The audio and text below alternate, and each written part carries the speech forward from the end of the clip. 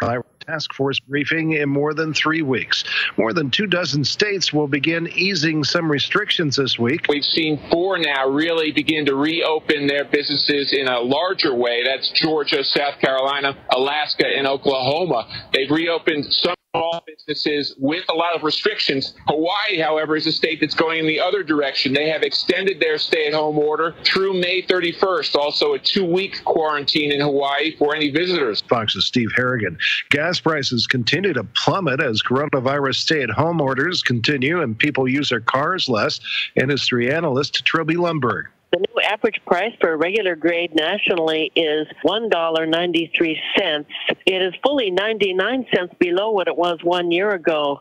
It was a drop of 9 cents in these 2 weeks, and a total of 80 cents since October, during which there was just very few short lulls. Lundberg says OPEC's cut in production is not enough to stabilize the dropping prices because there's already so much oil in production.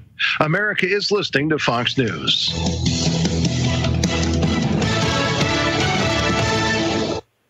There's enough uncertainty to go. You are now tuned into the truth frequency. We are TFR. TFR.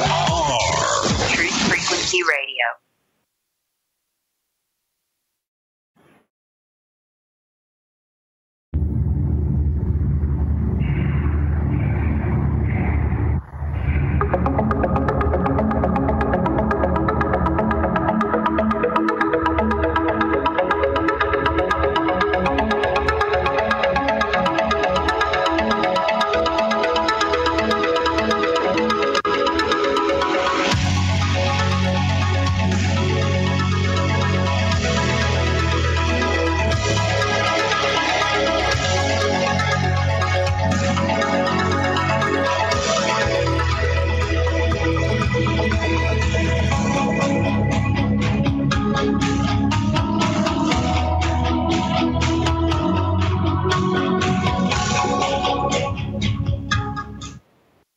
And greetings, Earth Explorers. Welcome to X Squared Radio. I'm your host, Brooks Agnew, coming to you live from an undisclosed location east of the Appalachian Mountains.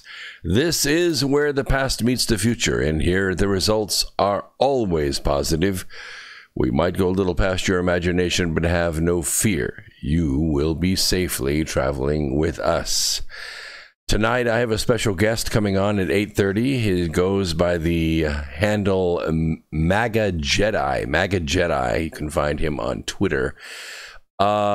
He recently did an interview with Malik Obama.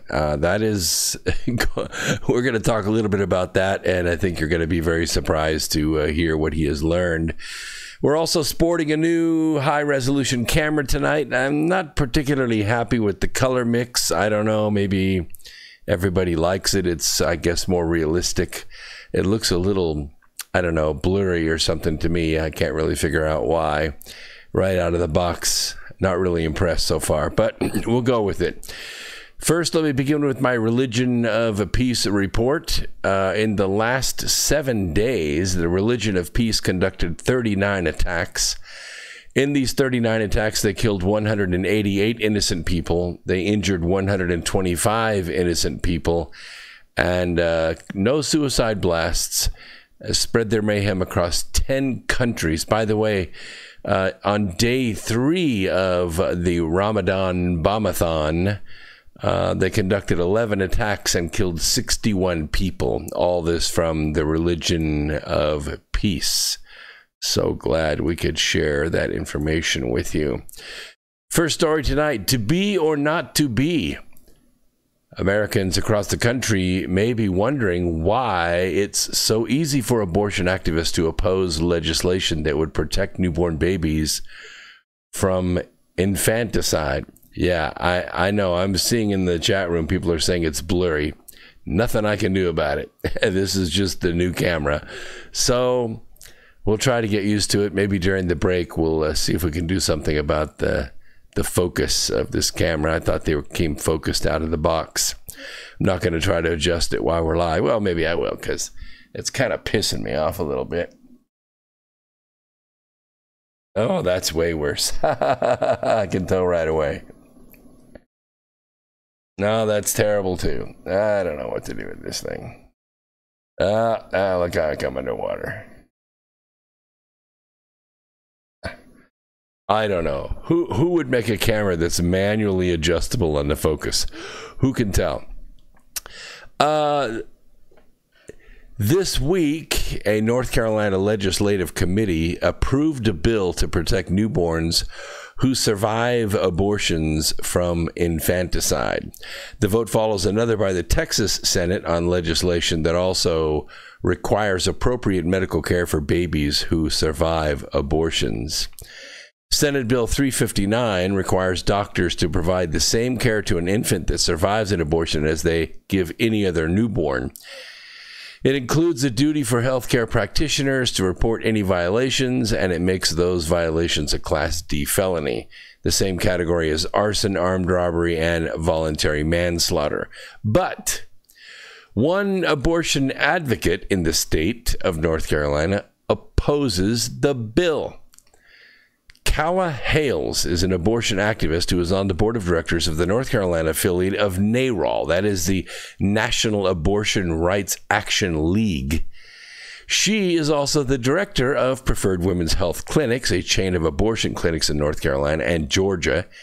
Hales does not believe that the newborn babies immediately after birth are legal persons. She claims that's the case because an infant younger than 30 days old cannot be added to a will in the state of North Carolina. By the way, minors under 18 can't purchase alcohol or vote either, but that doesn't take away from their status as persons under the law.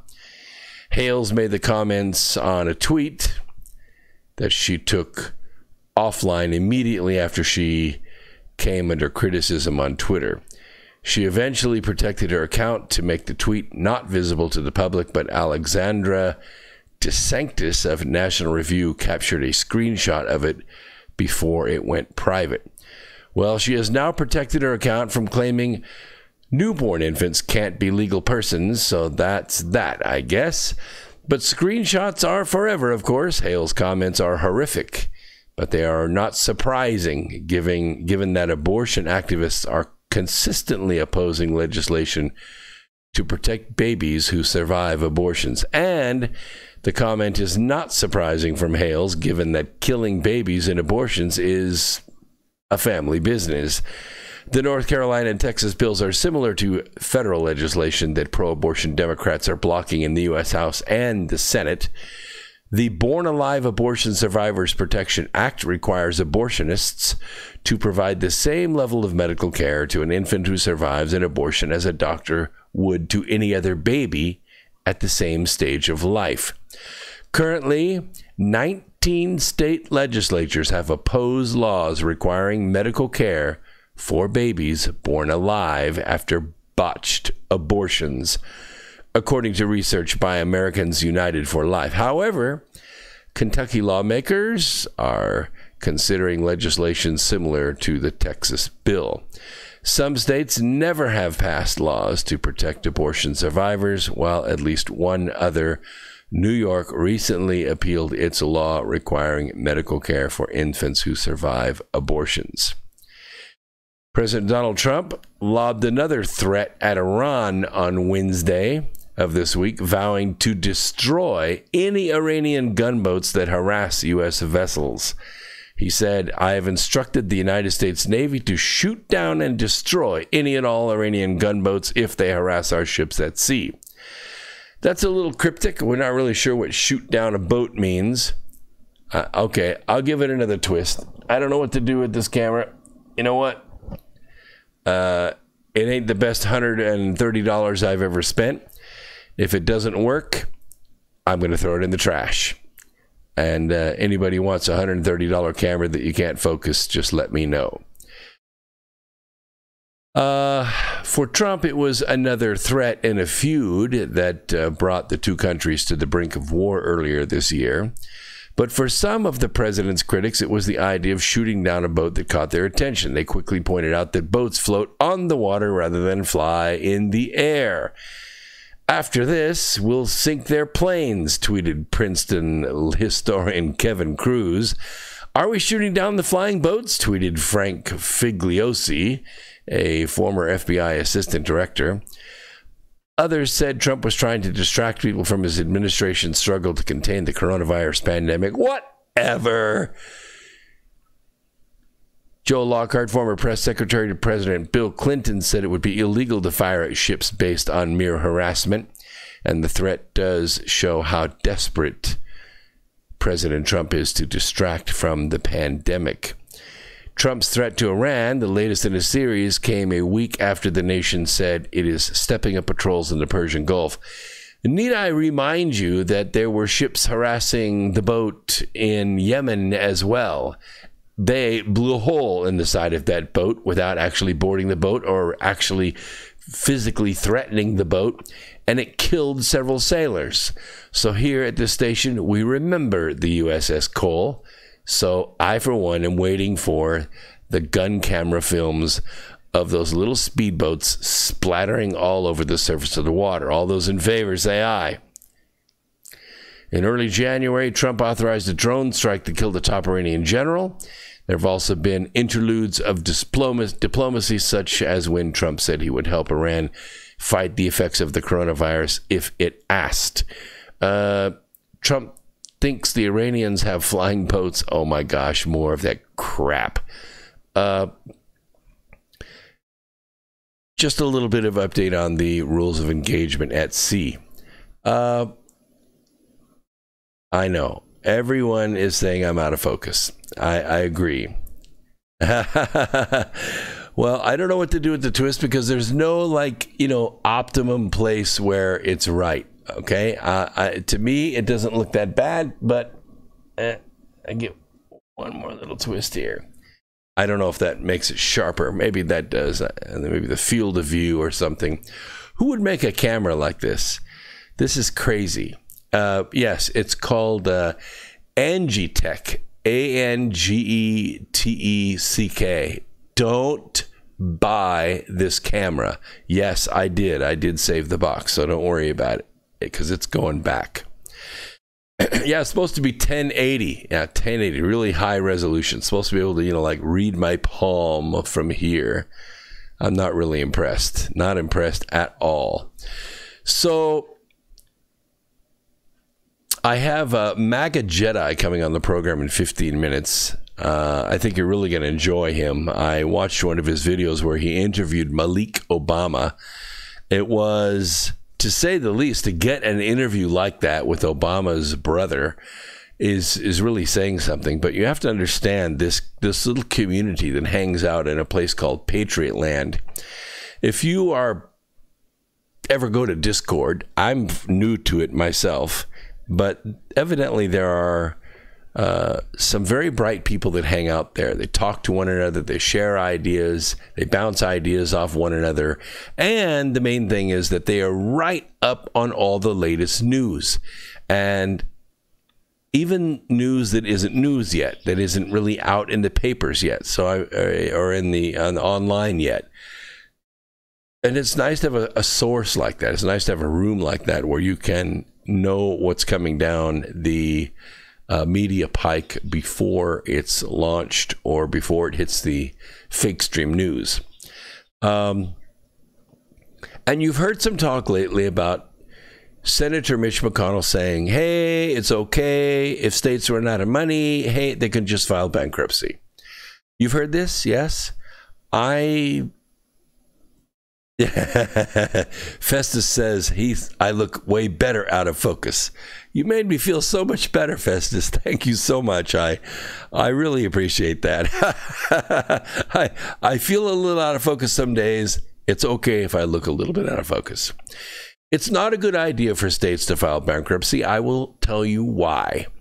Allowing states to declare bankruptcy would legally and effectively end federalism, and it would convert the states, once they went through bankruptcy, into wards of the federal government.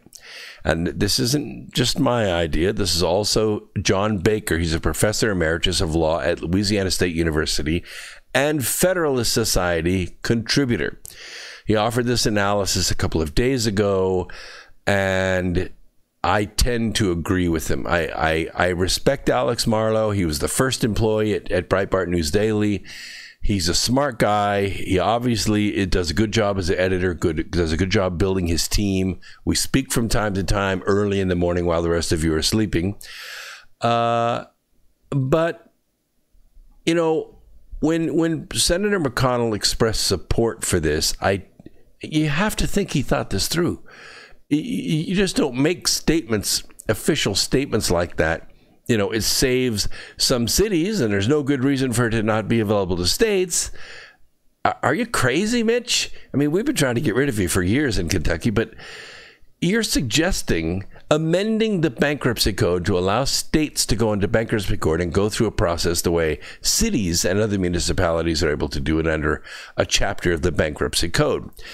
There are good reasons why states cannot do this, and they never should be able to do it. Okay? States have a thing we call residual sovereignty, okay? Because, you know, we're not the United Cities of America. We're not the United Municipalities or the United Counties of America. We are the United States of America, and there are only 50 of them, and there are several territories that want to be states because there is something that goes with statehood that is very, very powerful. Being able to control 1/50th in the Senate, 1/50th of the U.S. Treasury is a very, very powerful position of sovereignty. And like the federal government, states can neither be sued without their consent, and that's the nature of this sovereignty. They're like a sovereign country. And this proposal, if it's ever enacted, it's going to finish off what's left of federalism.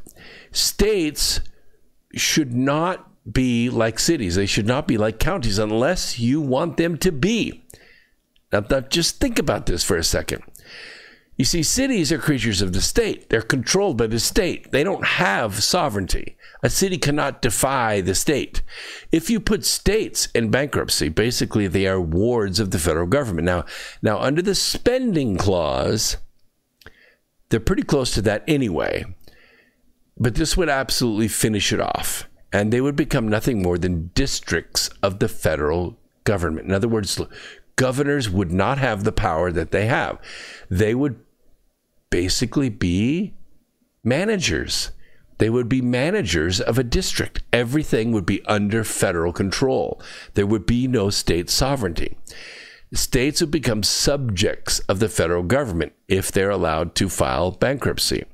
Now, a structural understanding of the Constitution is absent among most Americans and actually most lawyers. They don't get it. I talk to lawyers all the time that do not understand the Constitution, not their area of law. They're into corporate law, they're into real estate law, they're into criminal law.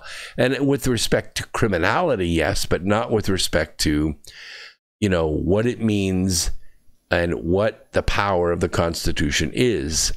They've never studied the Federalist Papers or anything else. And the Federalist Papers are, if I have a copy of them here, I've read them several times.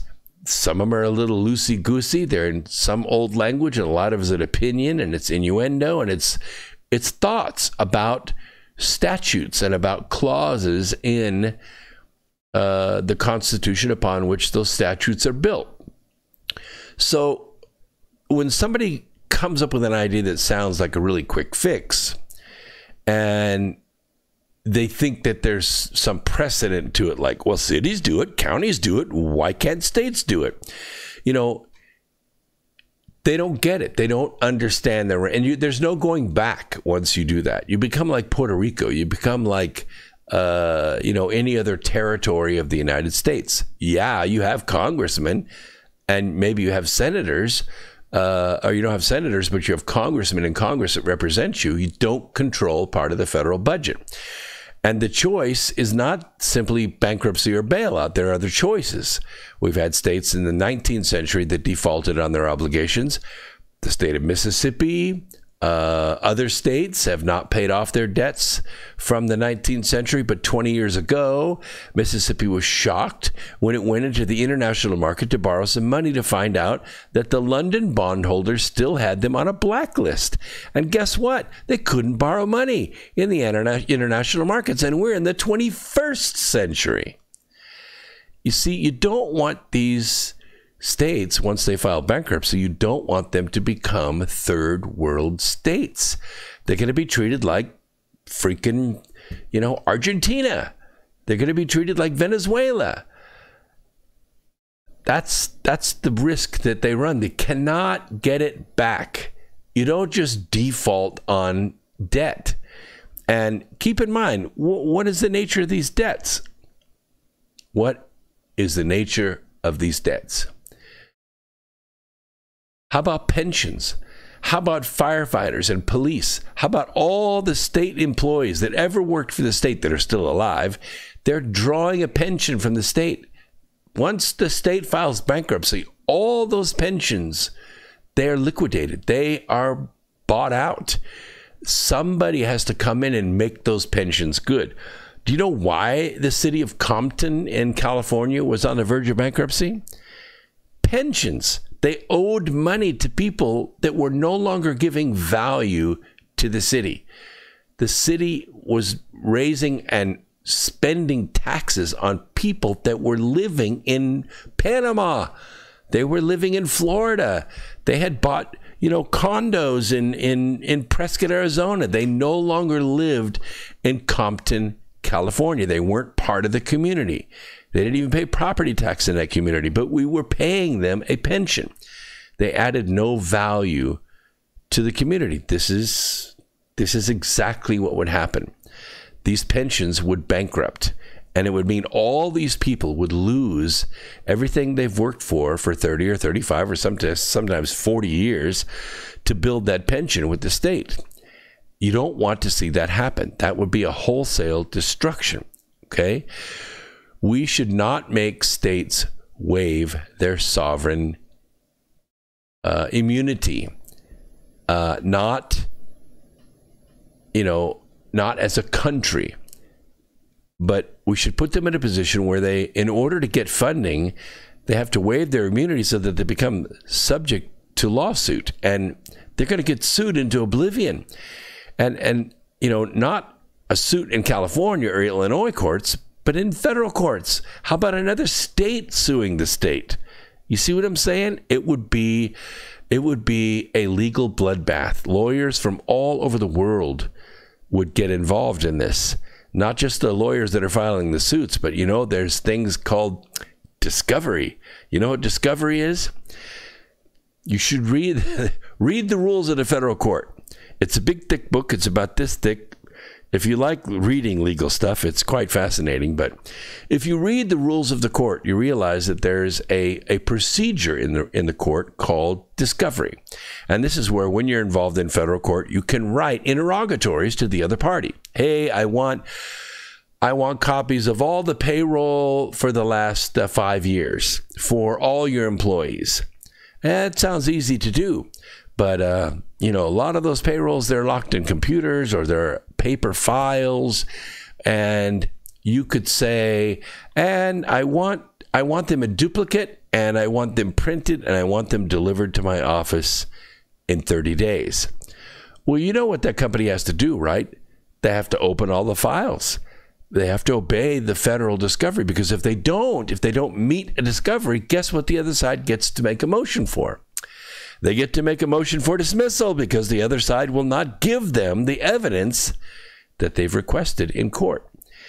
And you can file up to 64 interrogatories. And each interrogatory could cost $2,000, $3,000, $4,000 to fulfill. Now, do you see where you're going? Yeah, you're in the $300,000 to $400,000 range. And guess what you can do in federal court? You can file multiple sets of interrogatories. Now you know why Flynn lost his house. Now you know why Roger Stone is on the verge of bankruptcy. Now you know why rich guys like Manafort and these other guys, why they're on the verge of bankruptcy, because of the discovery, all the records that the other side asks for. But when you're a state and you're filing the case, like State versus Jones, Jones doesn't get to ask the state for diddly squat because the state is immune. The state is sovereign. It can't be asked for that kind of information. Like, I want the vital statistics for the last 100 years of all people with the last name Jones. You see? When you give up the sovereignty, you become subject to all those functionalities of the court. It would destroy the states, which would destroy America, which is precisely what the global syndicate has been wanting to do all along. So if you think about it, this is their plan. This is the plan, and it's devastating. It's devastating to the sovereignty of the United States of America. Okay, in a couple of minutes, we have MagaJedi coming on. We're going to discuss the rebellion. We're going to discuss the state of the current war that we're in. I think all of us kind of observe that from different viewpoints. No, we don't see tanks going down the street, planes flying overhead. We don't hear supersonic, jets piercing the middle of the sky. We don't see drones or ospreys hovering overhead, watching our cities with binoculars. But trust me, we're at war. We're at war. We've been at war for a while, at least 4 years. And you remember the day that it was declared, because we've talked about it on this program before. If you're new to this program, I'm going to share it with you right now. When President Trump went to the inaugural podium and he walked up to that microphone, and somewhere in that speech he said, "This is not the peaceful transition of power from one political party to another. This is the transfer of power from Washington, D.C. back to the people." That was the declaration of war. That was the declaration of war. The country, and I use that word loosely, the country that had been built by the global syndicate was being torn apart. And it has been torn apart for the last 4 years. That's the country that Nancy Pelosi's talking about. That's the country that Adam Schiff is talking about. That's the country that Abrams and all the other radicals are talking about. AOC and the other horses' asses of the apocalypse. This is what they're talking about. We're going to take a quick break. We'll bring MagaJedi on, and then we will have a great discussion. Don't go away. More X Squared Radio coming at you right after this.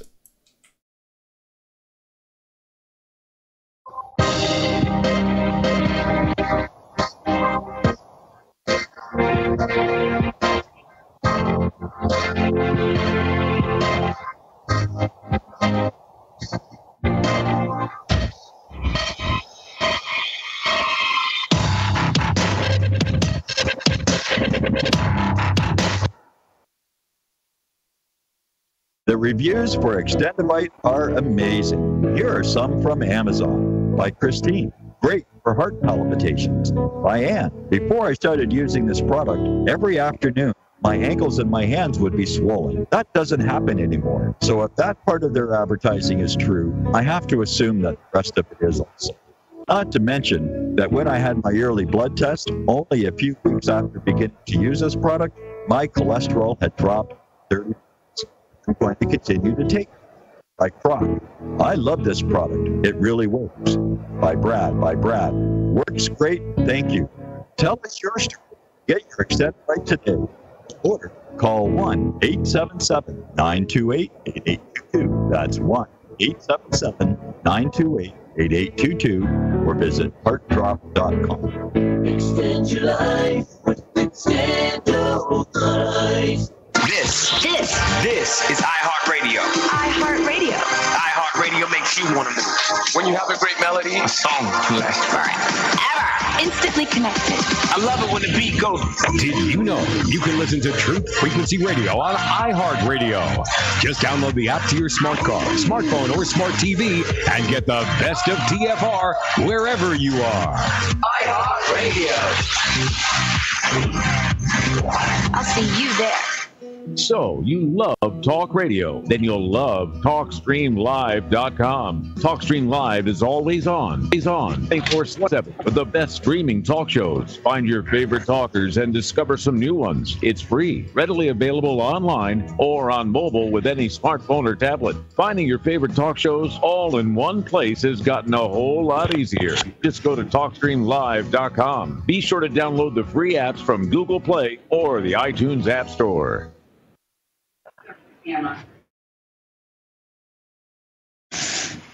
For millennia, mankind has been searching for answers to the big questions such as, where did the universe come from? Where did we come from? Why are we here? Are we alone? And just what the heck is the Sasquatch all about? I can't promise you answers, and neither can the Woo Crew, but they invite you to join them Friday night at 7 p.m. Eastern, midnight in the UK, for Freaky Friday, exclusively on Truth Frequency Radio. Spirituality, multiverse, quantum mechanics, the occult, and so much conspiracy analysis that it will make your mind melt. Take my word for it. Freaky Friday. It's more than a show. It's a way of life.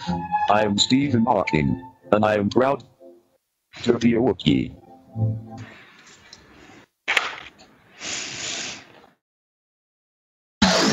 No hate, no hype, no fear.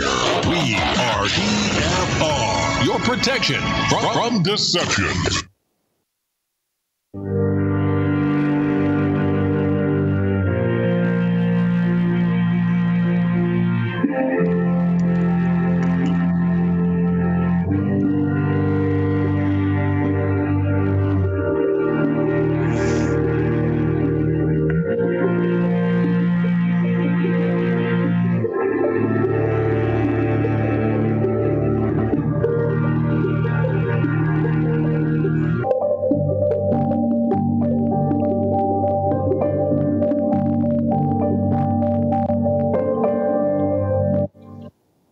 And greetings, Earth Explorers. Welcome back to X Squared Radio. We're doing our best with the equipment we have on hand.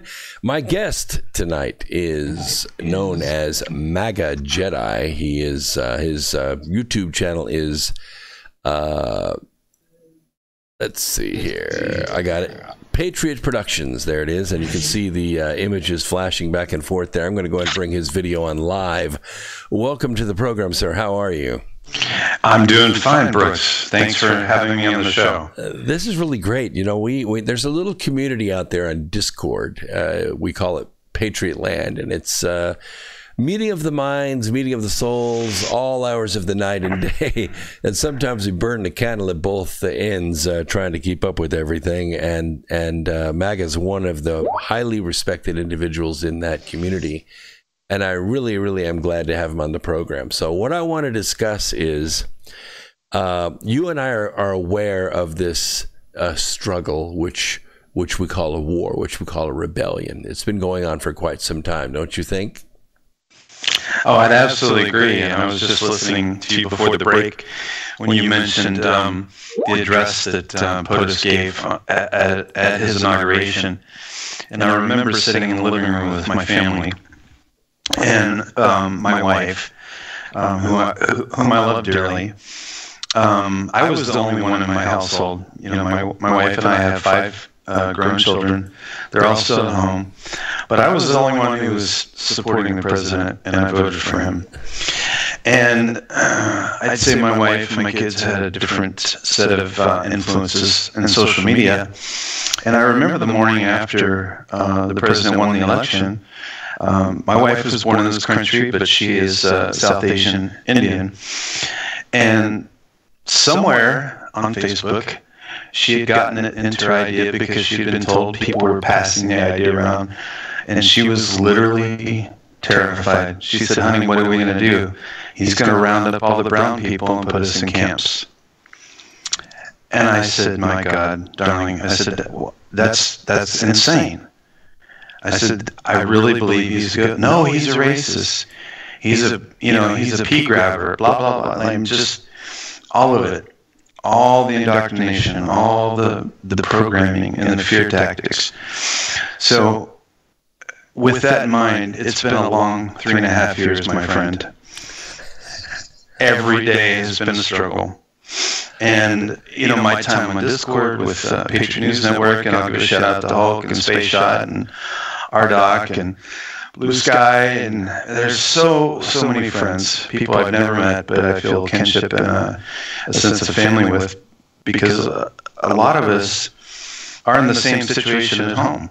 You know, it's a house divided, you know, ideologically, because people we love, people that are very dear to us, don't see things the same way. So it's good that we have an outlet like this where we can go to a virtual command center, dig into the bunker, and strategize and do our part as digital soldiers to further the victory. Yeah, I totally agree with that. And what I have found is there's a level of it's worse than prejudice, because it is like before Donald Trump was running for president.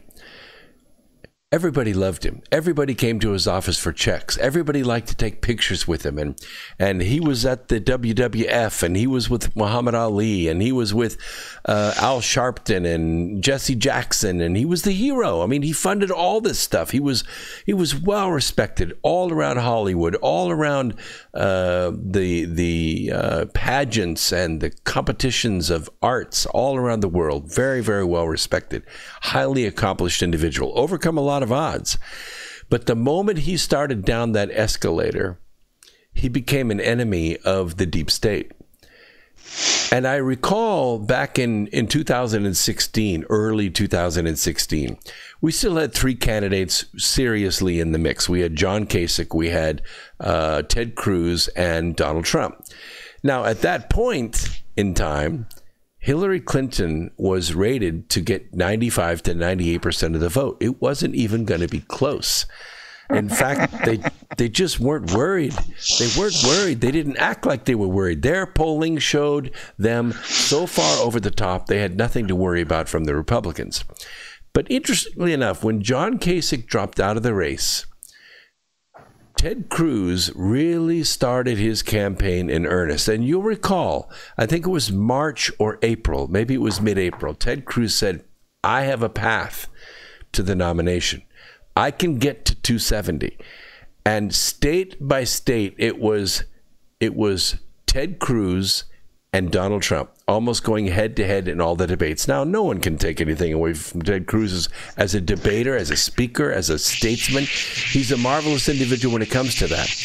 But thinking on their feet, the ability to field questions, the ability to command an audience, Ted Cruz couldn't hold a candle to Donald Trump. And what we started to see is that the nomination was probably going to go to Donald Trump, although nobody knew this at the time, and I think you guys did. Very, very small community. I mentioned it in my book, Charm of Favor, that I was writing as this was coming out, that there were spies. The intelligence community had put spies inside the Cruz campaign and inside the Trump campaign. And our own intelligence community had professional spies, and they were tapping phones inside of those two campaigns. That's a terrible situation for the Republic, don't you think? I think terrible situation is putting it mildly. It's the research, this whole community we've been on top of this is from the very beginning, like you said. And I tell you what, I feel like I'm walking 6 feet off the ground today. I've been texting Joe Flynn back and forth and doing some communication.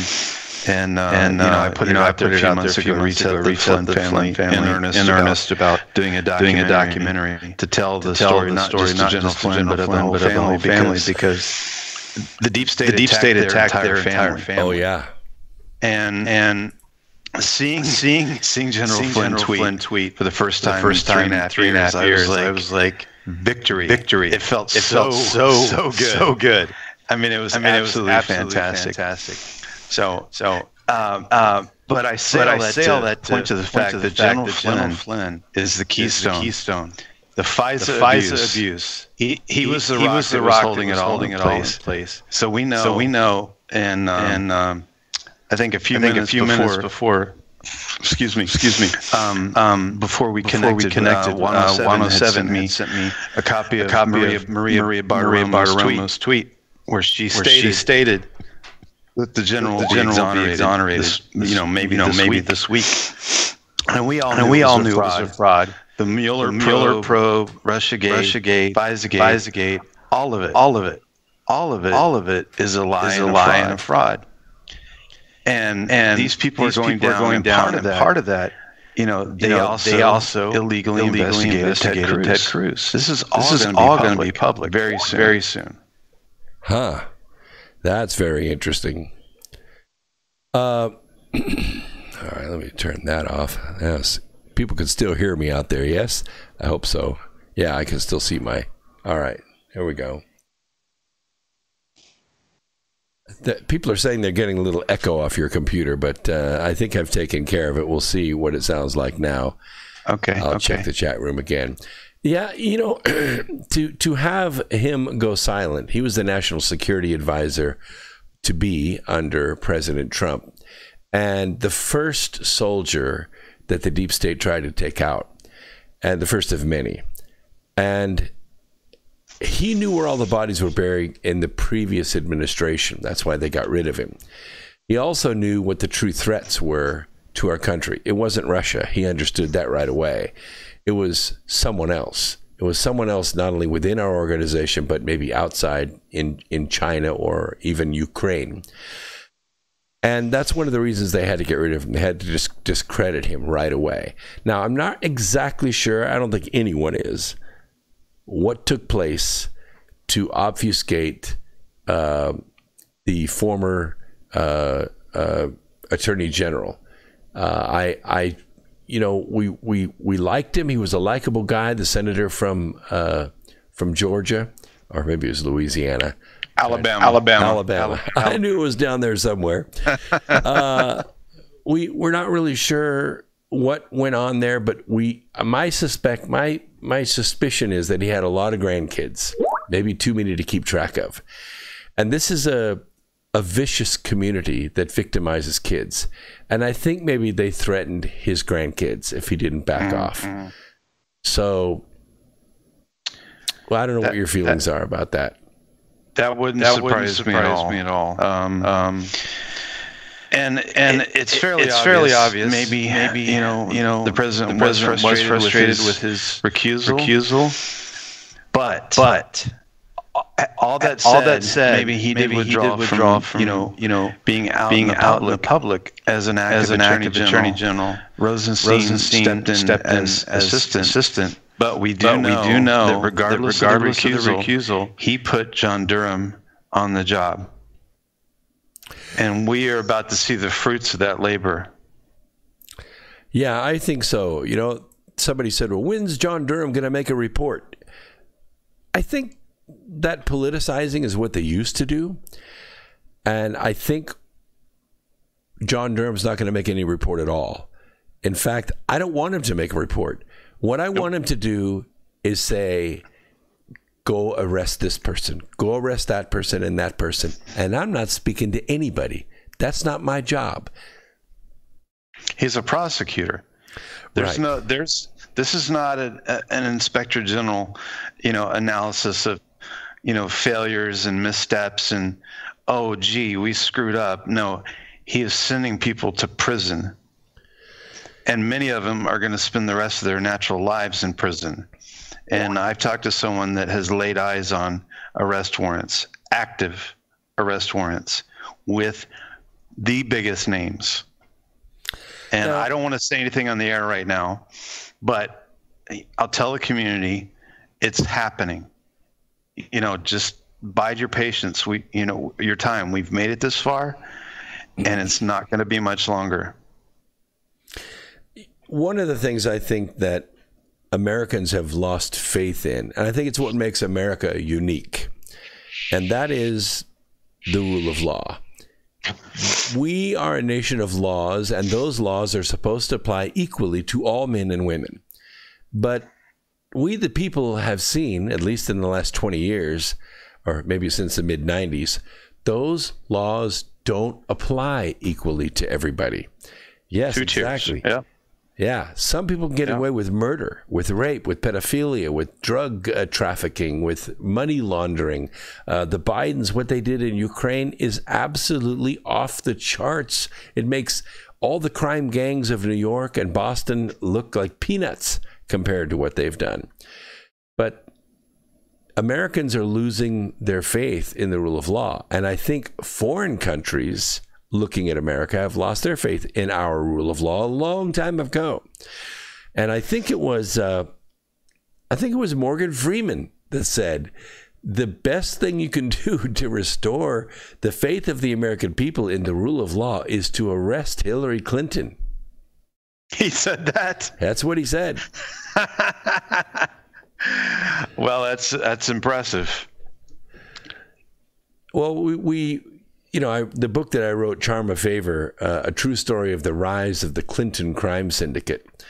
It was a bestseller, #1 bestseller, and people really enjoyed it. I'm surprised at the genre or the areas where I've actually sold that book. I've taken it to conferences, and I thought the place was filled with snowflakes, but that's the book that sold out. Everybody is concerned about the rule of law in America, and when they see it abused, it's like a personal affront to people. They want to see the law applied equally among all people. So if Durham is the man, and we thought Huber was going to be it, we thought Horowitz was going to be it, we thought, Jeff Sessions was going to be it. If Durham is the man, I'm all for it. How about you? Well, no, I'm definitely for it. And I will clarify that Huber's investigation, or Huber, however it's said, he's got 470 U.S. attorneys working. There are multiple grand juries, multiple different avenues for indictments and conviction. I asked my source in particular, I said, are there any treason charges? He said there was one for sure, two possibly, but the majority of them were a conspiracy to undermine the government. I think I'm saying that right. But that charge alone is serious business. That's basically sedition. So, and there are multiple charges per person. So these things are going to stick. That's why they've taken so long. They are dotting every I, crossing every T, because, there's going to be at least half this country who, their heads are going to explode. They're going to crap their pants and say, oh, Trump is on a political vendetta. And the media is going to roll right along with it. We're going to have to be patient, because the media, you think they're attacking the president now. When these indictments go public, it's going to be on in earnest. Well, I wonder about that. We've thought about, Antifa going to the streets and breaking windows, or standing in the middle of the street and yelling, or throwing toilet paper at us. I'm sure there's plenty of that out there left over. I don't think that's going to happen. And it depends on how they do it. Now, if they do it the way that they did it with Roger Stone, they show up at 4:30 in the morning and CNN gets a 1 hour heads up and they're sitting outside with cameras rolling, maybe. But if they do it the way they've been doing it since 1935, when the Federal Bureau of Investigation was first formed, and they just show up. They show up with the trucks and the black jackets with the yellow letters on the back that say FBI, and they don't say anything to anybody. And you better not get in our way or impede the investigation, or you're going with us. I don't think that's going to happen. Now, I think, in my mind, there's a top 20. Yeah. We got Brennan, we got Clapper, we got Rhodes, we got Valerie Jarrett, we have Susan Rice, we have Barack Obama, Hillary Clinton. Yeah, there's a top 20. But I think Huber and Durham, I think they've got like 400 or 500, maybe 1,000 people that are on this list. And if they take them all out and they put them on C-130s and fly them to Gitmo, we're never going to hear a thing about it. Some of it we won't hear about, but I think, my understanding of the strategy is they're going to round up all tiers at the same time. The people on the street, the ones that sell the drugs and grab the kids, and then the managers, the mid-level, and then the higher ups, like the all-stars. Like, I'm in a very unique position to keep an eye on, one person in particular. And I've been going out very early every morning with my camera, waiting for that caravan of Suburbans to roll up and pull his ass out of his house. Wow. So hopefully, I do get it on camera. And I've been, it's been a long couple of weeks, let's put it that way, because I don't normally get up at 4:45. We think but it's let's coming. Put it this way, if I get it, it'll be worth it. It'll be a world exclusive. We have a caller from Houston, Texas. If you want to, we'll take a live call or two. That's sure. One of the beauties about this program. Houston, Texas, you are live on America Free Radio. What's on your mind?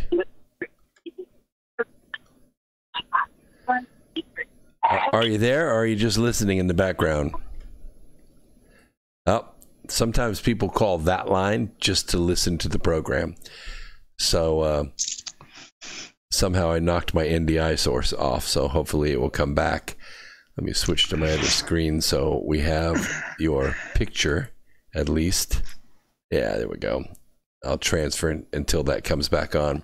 So your video feed got interrupted by the caller. That's something new to learn too about live radio. So, we talk about the nuts and bolts about this. We talk about a lot of times we get mired down in the mechanics of how this is going to happen, what the results are going to be, how are people going to react to it. But when you back away from this a little ways, 10,000 feet, and you start looking at these events historically, we begin to notice that perhaps we're talking about a spiritual war, a spiritual level to this war. There's no perhaps about it. Yeah. What are your thoughts on that? Well, I'm a Christian. Jesus Christ is my Lord and Savior, and our soon coming King. If the world's ever needed him, we need him now. But we know that that the evil forces in this world, they get their orders from above, from a dimension we can't see, feel, taste, or perceive. But we know that it's true. By faith and, with confirmation in God's word. Mm-hmm. Q has told us how many times to put on the full armor of God and put scripture in many of the posts and encourages us to stay in God's word, to stay prayed up, and to remember that our true enemy is, the enemy of God, Lucifer, and those that follow him. So, it's a war that most people don't understand, spiritual warfare. I mean, I've heard plenty of Christians talk about it, but until you've actually been in spiritual warfare, been under demonic oppression, struggled with addiction, struggled with recovering from severe emotional trauma, then you start to get a real taste of it. And other people, the enemy might not mess with them because they're so complacent and so useless, they're not even on the radar. So I can tell you the last 3 or 4 years of my life have been the most difficult in my 51 years on this earth, without a question, because I've been digging in and I've been fighting and I've been praying and, getting on Patriot News Network and hooking up with, other patriots and pursuing this stuff and trying to get it out there. It's been a battle at home. Well, there's no doubt about that level of struggle, and we're not talking about just the patriotism. I don't want people to get crazy with thinking we're all about red, white, and blue and nothing else. We're about humans, and we see it happening all over the place. When President Trump says America first, maybe he's talking about Americans first, but not only, because he's the president of the United States, not the president of Paris or Venezuela. And he applauds the leaders of other countries by saying, you should be the president of Poland. You should be the president of Ukraine. And you should want to be making your country the best. And then we'll trade with one another. We'll decentralize this power structure that they've been trying to build for the last, I don't know, in earnest, the last 30 years. But really, it started getting set up in 1933 when Roosevelt became president, and the U.S. government began establishing a very strong fascist arm inside our government, which I affectionately call the agency government, but other people call it the shadow government. But it is a government of bureaucrats that write our laws and assess our taxes, but we don't have any representation in that government. This deep spiritual war, though, this deep spiritual leadership, I think you're on to something here, because, you know, if we were dealing with a bunch of drug lords or people that just managed to figure out a way to launder billions of tax dollars to make themselves rich so they could buy a house in Martha's Vineyard, not that that would really happen, they would all be having turf wars. They would be submarining each other. They'd be fighting each other, but they don't. They don't. They walk in lockstep. They vote together. They speak together. They back up each other.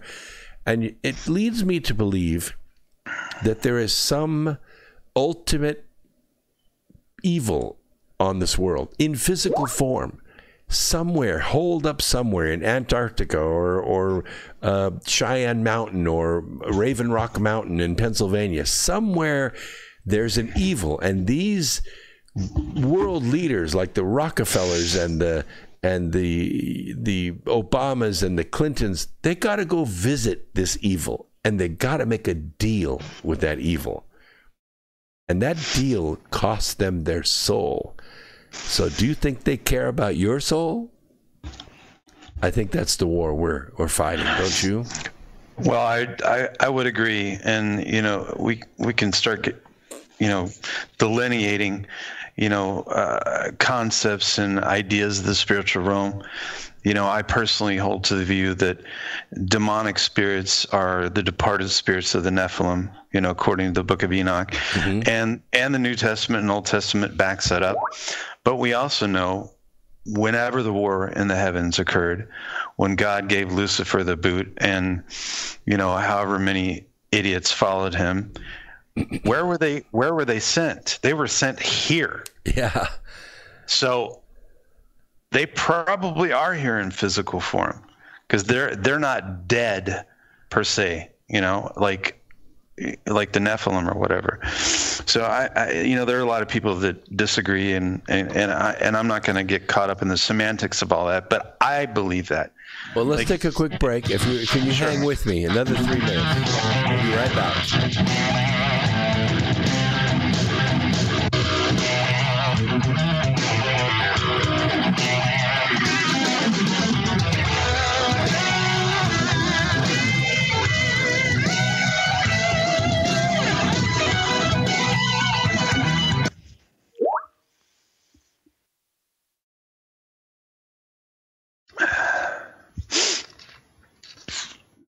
Censorship and regulation is becoming an ever-growing problem in today's modern media. From the mainstream to YouTube and Google, the information you're looking for is buried by official narratives and propaganda. This is why TFR is 100% uncensored, unregulated, and listener-supported. The shows on TFR are not micromanaged by the station, and our hosts are free to speak their minds however they please. As such, the views and opinions expressed on our station are of those who make them. If you happen to hear anything offensive on TFR, please send us an email to toughtitty@tfrlive.live, and we'll be happy to tell you that we really don't give a damn. We stand for freedom of speech and non-censorship. If you also stand for free speech, you can go to tfrlive.com/signup and sign up for a TFR supporter pass and help us in our mission to keep the airwaves uncensored and unregulated. TFR Live, your uncensored and unregulated protection from deception. An easing of the lockdown begins for some. I'm Joe Chiaro, Fox News. As many as 31 states will begin lowering restrictions in one way or another this week. Some health experts say it's too early and that coronavirus testing isn't where it should be. New York Governor Andrew Cuomo says his state will follow CDC guidelines that there should be 14 days of declining COVID-19 hospitalizations regionally before restrictions are lowered. At that point, he says New York State will begin a phased approach. Phase one of reopening will involve construction and manufacturing activities, and within construction and manufacturing, those businesses that have a low risk. Cuomo says the number of virus deaths in his state declined again yesterday. The White House preparing for the unemployment rate to jump again when the next jobs report comes out next month. Treasury Secretary Steve Mnuchin staying optimistic. I think as we begin to reopen the economy in May and June, you're going to see the economy really bounce back in July, August, September. And we are putting in an unprecedented amount of fiscal relief into the economy. You're seeing trillions of dollars that's making its way into the economy, and I think this is going to have a significant impact. More small businesses will be able to apply for loans tomorrow under the replenished payroll protection program. President Trump on Twitter denying reports that HHS Secretary Alex Azar is being fired, calling it fake news and a desperate attempt by the media to create the perception of chaos. White House Counselor Kellyanne Conway also reacted to the reports. Secretary Azar has served for over 2 years, was in the Situation Room yesterday. Conway on Fox's Justice with Judge Janine. America is listening to Fox News.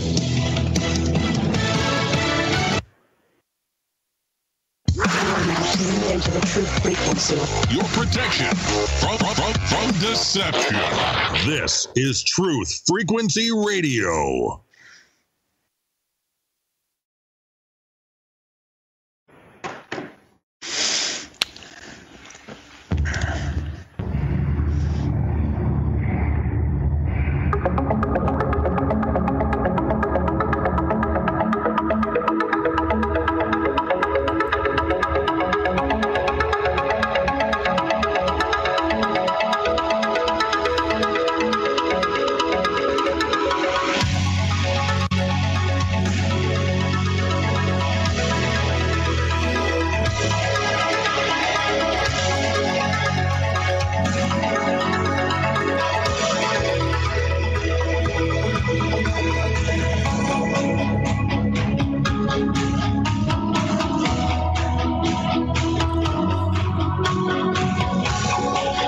And welcome back to hour 2 of X Squared Radio, coming to you live from the America Free Radio studios, courtesy of the Truth Frequency Radio Network. So glad you could be here. People are listening live via tfrlive.com, tfrlive.com, the Truth Frequency Radio Network, where all the truth freaks hang out, and we are not afraid to let our truth freak flag fly. And we're also on YouTube Live, and my guest tonight goes by the handle MagaJedi, and he is a stalwart in Patriot Land and well-respected, good researcher, and pays the price to go out there and bring us great information. And he's live with me on Skype. Well, as soon as I get his video working again, I'll put it. But right now we've got a slideshow going. You recently did an interview with Malik Obama. Can you share some of the highlights of that with us and let us know that not everybody in the world is a blind supporter of Barack Hussein Obama? Yeah, Brooks, that happened kind of organically. It was really cool because I started following him on Twitter a few months ago, and then I noticed his DMs were open, and I thought, you know what? I'm going to start a conversation with him, and I did. And I think the first message I sent him, I just tweeted some stuff that I thought was, it was kind of a litmus test. Let's put it that way. I said, let's see what this guy does. You know, drop little crumbs, little red pills. And I got closer and closer to stuff regarding his brother. And I think one of the last things that I sent him that I think drew the response was that video when Michelle, a.k.a. Michael, was dancing on Ellen's show. And there's footage of Michelle coming out of a townhouse somewhere, and you can see the floppy sausage in the pants. And and Malik responded. He was like, wow, okay. And then I thought, okay, he's being coy with me. He's got to know this already. And he was. We've had some interesting communication. Some of it I won't, reveal publicly because it's not my place to say. Because he is writing a book, and he mentioned in the interview that he's editing it, and I've hit him with lots of questions. But when he did respond to me, he said, it's hard to talk right now. I got put in a mandatory quarantine because he was in Nairobi when all the coronavirus stuff happened. So he was put in a mandatory quarantine, and I think somewhere in the back of his mind, he was concerned. And I think he has good reason to be concerned for his safety. And he didn't confirm it in words per se, more like using emojis, if you will. And I said, well, keep your head low. He's like, oh, believe me, I'm not going to announce who I am to anybody. I'm just going to sit this out. And I just want to get back home to my house in the village. So when he got out of quarantine, he talked to me about doing the interview, and he's struggling financially because he had to pay for the quarantine. He had to pay for his lodgings and all that other stuff. It's not, the government doesn't hand it out. If you were walking on the street, they'd pull you up. The police would pull you off the street and throw you in the closest home or hotel or whatever. So it's very different. And he was sending me videos of the police. They were cracking people's heads open. They don't mess around over there. And so he had good reason to be concerned, keep his head down and keep quiet. So I said, so I've noticed you don't really do many interviews. I saw some from a few years ago when you supported the president the first time. I said, what are your thoughts about doing something like that? And he said, well, I really, really don't want to. But the conversation went back and forth. And I sent him a link to the new documentary that came out on Good Friday, Out of Shadows. And I said, you absolutely must watch this. And he said, okay, I will. I said, after you watch it, get back to me. I want to know what you think. And I was watching his tweets, and plenty of patriots would post things. And I think a few days prior to that, it may have been before or after, but he posted a picture of the Kennedy Bell that said, where we go one, we go all. And I think it was probably the very next day that Q posted his tweet in the Q drops. Malik didn't even know it, by the way. He didn't know that he had been Q'd. Oh. Because I told him. So it's not something that he was paying attention to or watching. He was just, having a dialogue on Twitter. And so when I told him that, it really got his curiosity going. And so he said, hey, let's do an interview, but I'm very busy. How about 15 minutes? I said, sure, whatever you want to do. I didn't go into it with an agenda. I mean, yeah, there's a ton of things I would want to ask him and talk about, but I felt like the Lord was telling me, just let him talk, which is what I did. And I was stunned when the interview was finished. I was like, this is beyond my expectations. And the night before, as soon as Malik had agreed to it, I reached out to Gary Franchi at Next News Network. And I told Gary, I said, man, I just landed an interview with Malik Obama. And Gary was like, what? How did you do that? He doesn't do interviews hardly at all. He's like, as soon as you're done, send it to me. If there's some gold in there and I can do a news segment, I'll post it. Well, none of us were disappointed. Malik really stumped for the president big time. And one of the things that he mentioned in the interview, I about fell out of my chair. He was just talking about how much he enjoyed Twitter and learning from other people's hard work and research. And he says, what is this adrenochrome stuff? What is this? He's like, I have to find out. I was like, I cannot believe he just said adrenochrome. And I was like, just, wow, God is so good. Because the timing and all that was absolutely divine. Because Out of Shadows came out. David Rodriguez posted his video on Facebook, and it went viral. Oh, it was crazy. It was getting like 1 million views an hour.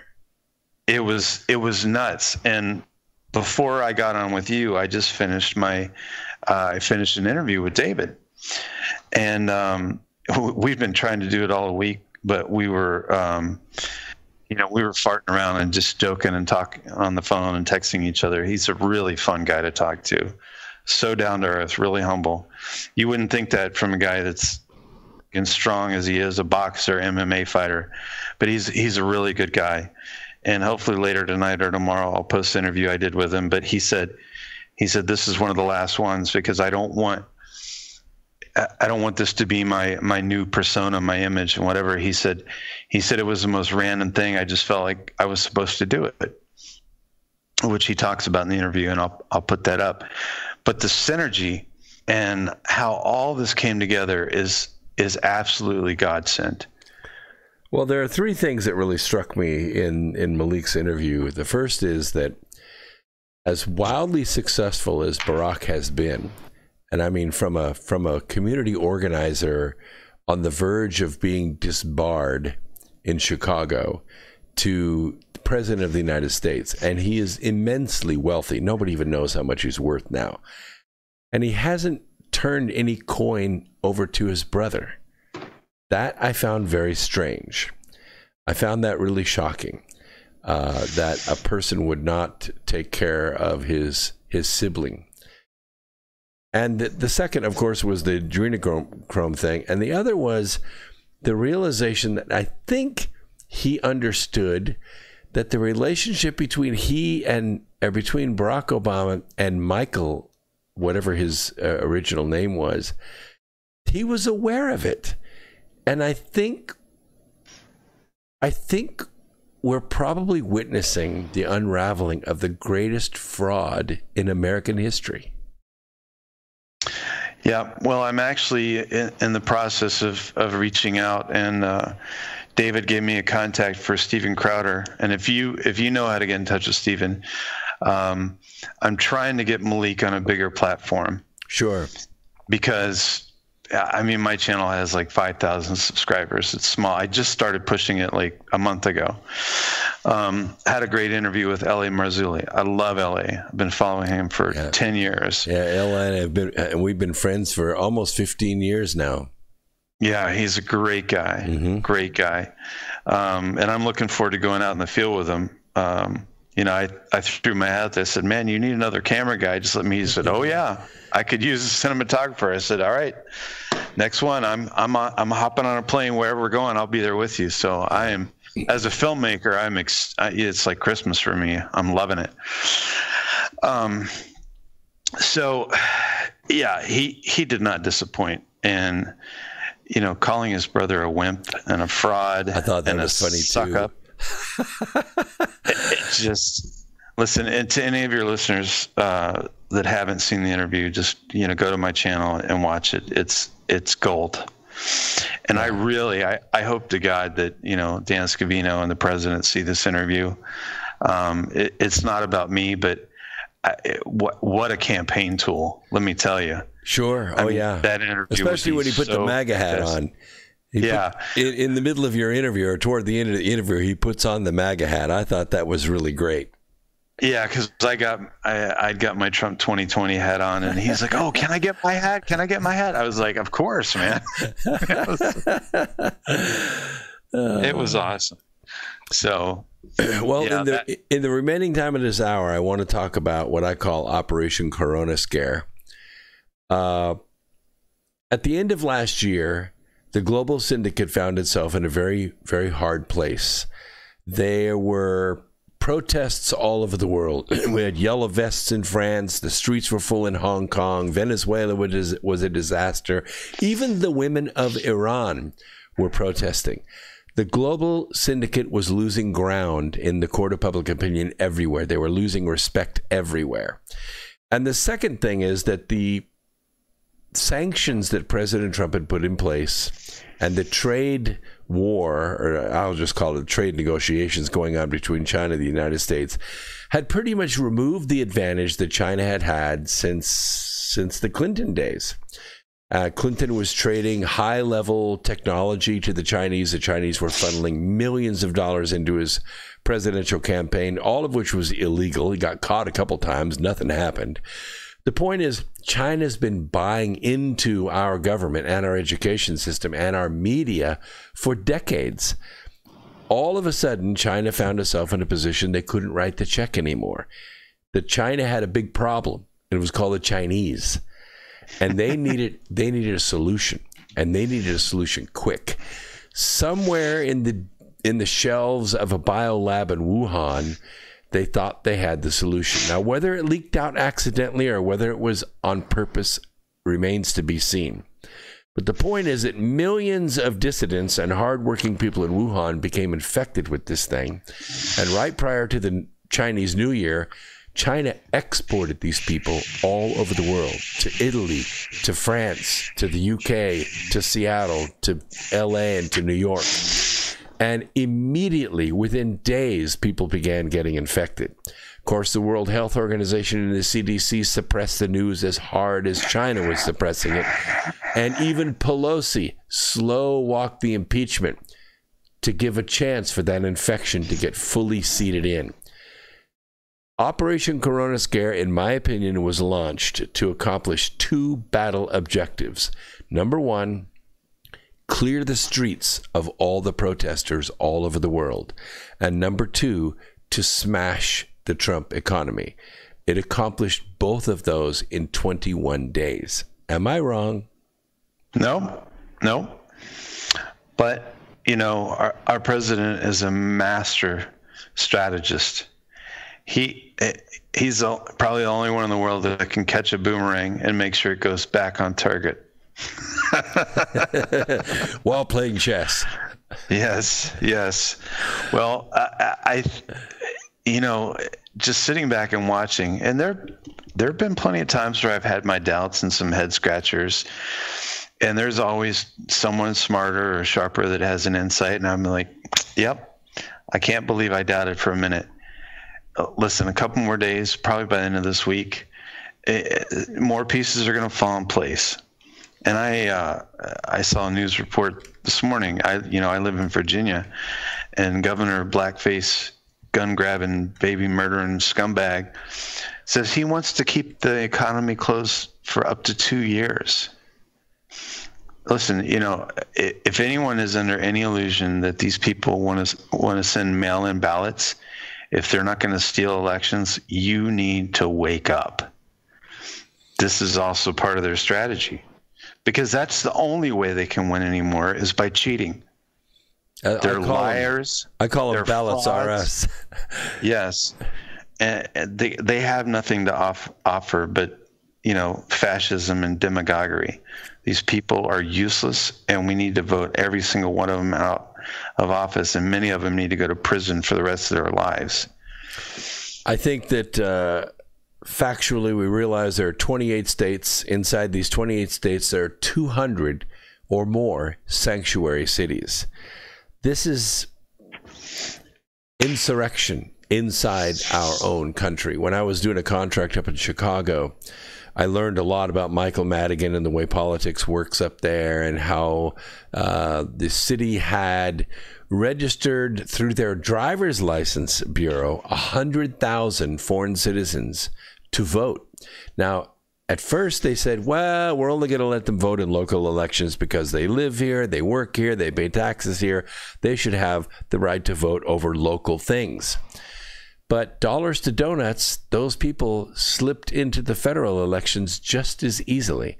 And I think it's happening in all over 200 of these cities in 28 states. This is a big danger, that our sovereign vote for Americans, for American citizens, is being threatened by this cabal. Well, this has been going on for decades. And, Dr. Epstein testified before Congress about just Google's part in it alone. And he speculated, well, not speculation. I mean, he had the data, said the election fraud was close to 22 to 24 million votes. So that's crazy. Which you're talking about Google's practice of manipulating search results based upon inputs that people put into their search engine. Correct.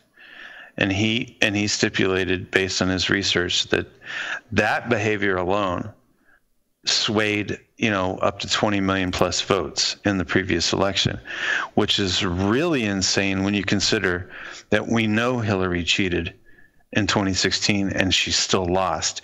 So that tells you how many Americans were behind the president.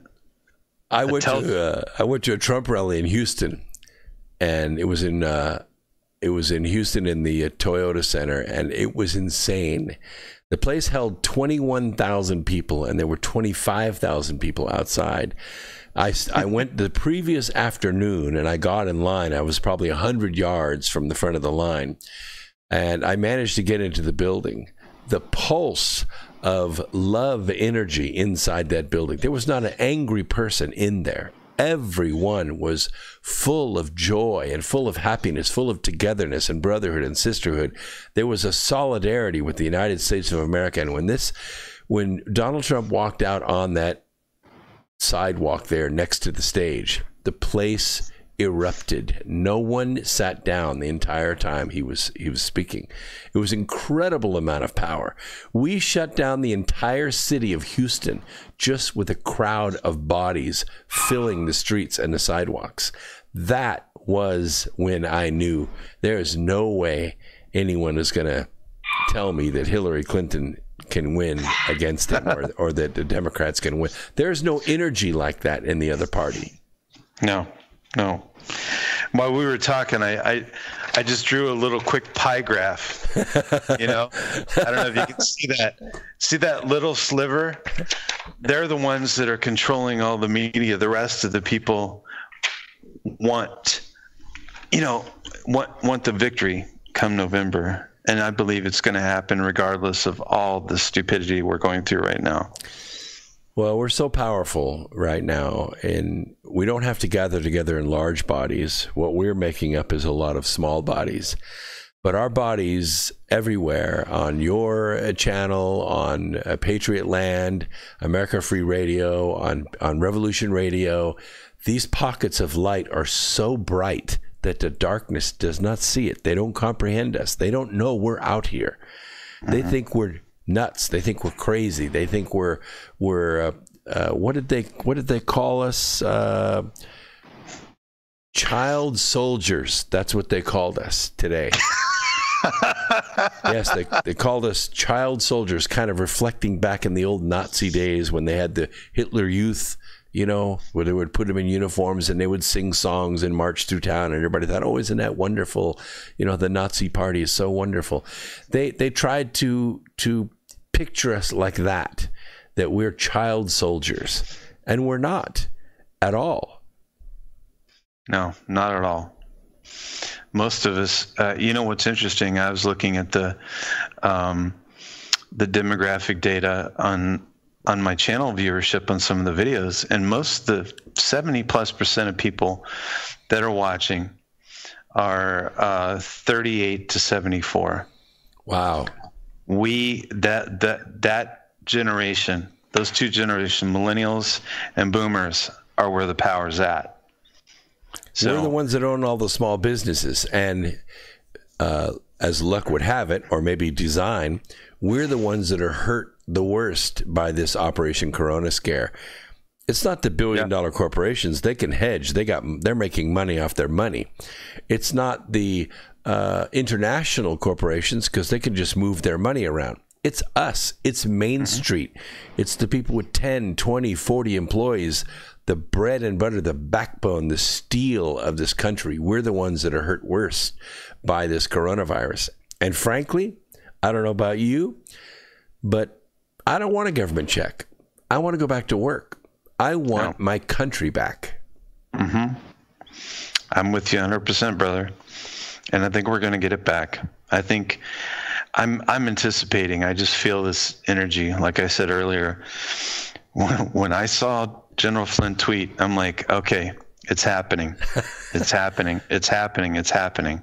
It's going to be a good, the rest of the month into May it's going to get better. If he comes out of this and he doesn't need a pardon, he's actually exonerated and walks out of this a free man, no civil retributions at all, the payback is going to be hellacious on the deep state. Mm-hmm.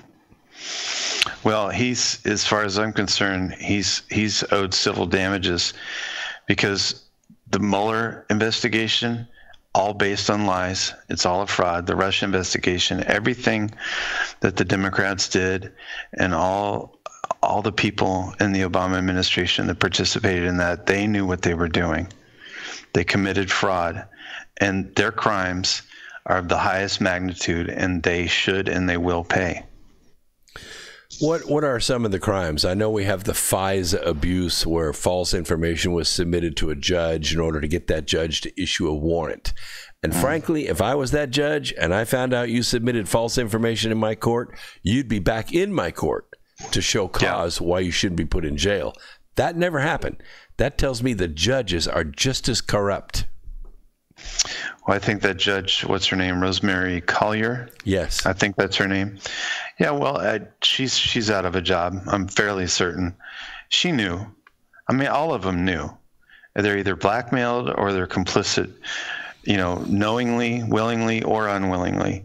Like you said, they control every level of this game. So the key to this is people like us, we haven't been compromised and we can't be controlled. I was telling someone, a longtime friend, someone I've known 30 years, I said, I saw a newspaper article. It's hard to find. I've got a copy of the graphic. But there was an article where someone interviewed Hillary Clinton, and I think it was in the early 90s, said, if Donald Trump ran for office, he would be the best politician ever because he has integrity and he can't be bought. How ironic is that? It's pretty ironic. You go back and watch any of these politicians, Reagan or Bush or Clinton, and you look at them as young people in college or young adults or a senator, or their story changes. Their positions change all the time. They stick their finger in the wind. They go, well, the polling says I should go this way. Donald Trump never, ever did that.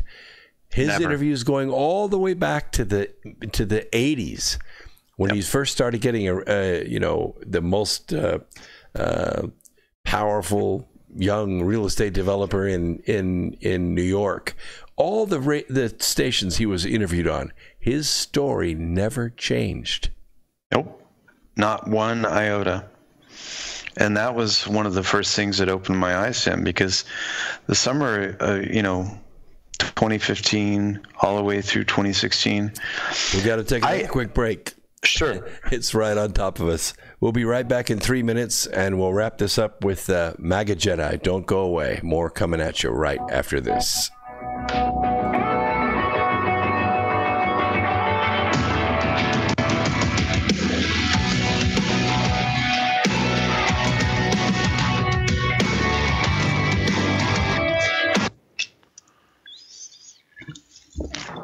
Hey everyone, it's Chris Gio, founder of Truth Frequency Radio and host of Beyond the Veil.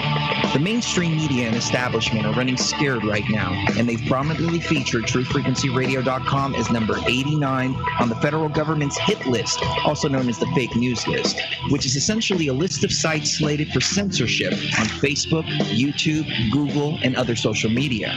Now is the time for you to get involved. Share your favorite TFR shows far and wide on forums and social media. Tell your friends and family about your favorite shows. If you're a business owner, get in touch with us to feature your product or service right here on TFR. And if you haven't done so already, become a TFR supporter now and get unlimited commercial-free downloads in high quality. Visit truthfrequencyradio.com/sign-up. Thank you for making TFR the leader in independent and uncensored talk radio. Truth Frequency Radio, your protection from deception. So, if you love talk radio, then you'll love TalkStreamLive.com. TalkStream Live is always on, 24/7, with the best streaming talk show.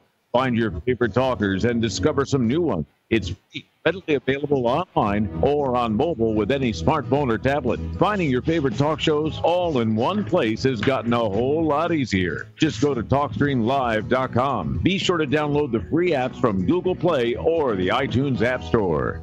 If you have hard water, the Live Scale not only leaves white spots, it clogs pipes and breaks down appliances, costing you hundreds of dollars in energy and wear. Eliminate Lime Scale and other water issues like brown staining and bad odors with HydroCare water products, available from Wave Home Solutions. Wave's affordable water systems don't use salts or chemicals. You'll love the way your water tastes, smells, and looks. Satisfaction guaranteed. For more information, go to bestwater123.com. That's bestwater123.com. He was the deputy director of MI6, Britain's most senior diplomat. He was knighted by the Queen and in charge of thousands of highly trained spies. But he was also a member of the paedophile information exchange. He had 45 diaries full of sex fantasies with children. His friend was the private secretary of Margaret Thatcher. He strangled a child and hit another with his car. He raped young boys and organized orgies with children for other politicians. The Enigma Channel, intelligent television for planet Earth. EnigmaTV.com.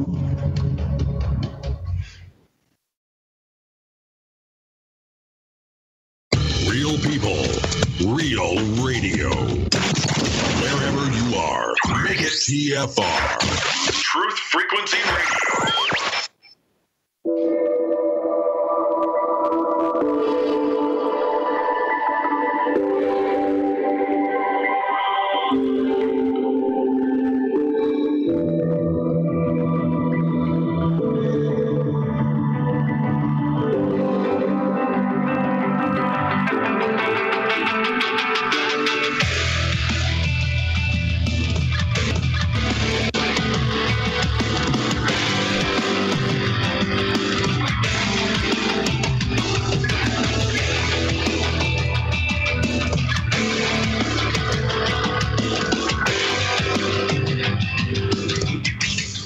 All right, very quick. Thank you so much for the donations in Top Chat in the chat room. William has $20 in there. Says that MAGA is amazing, and that is great. Thank you very much.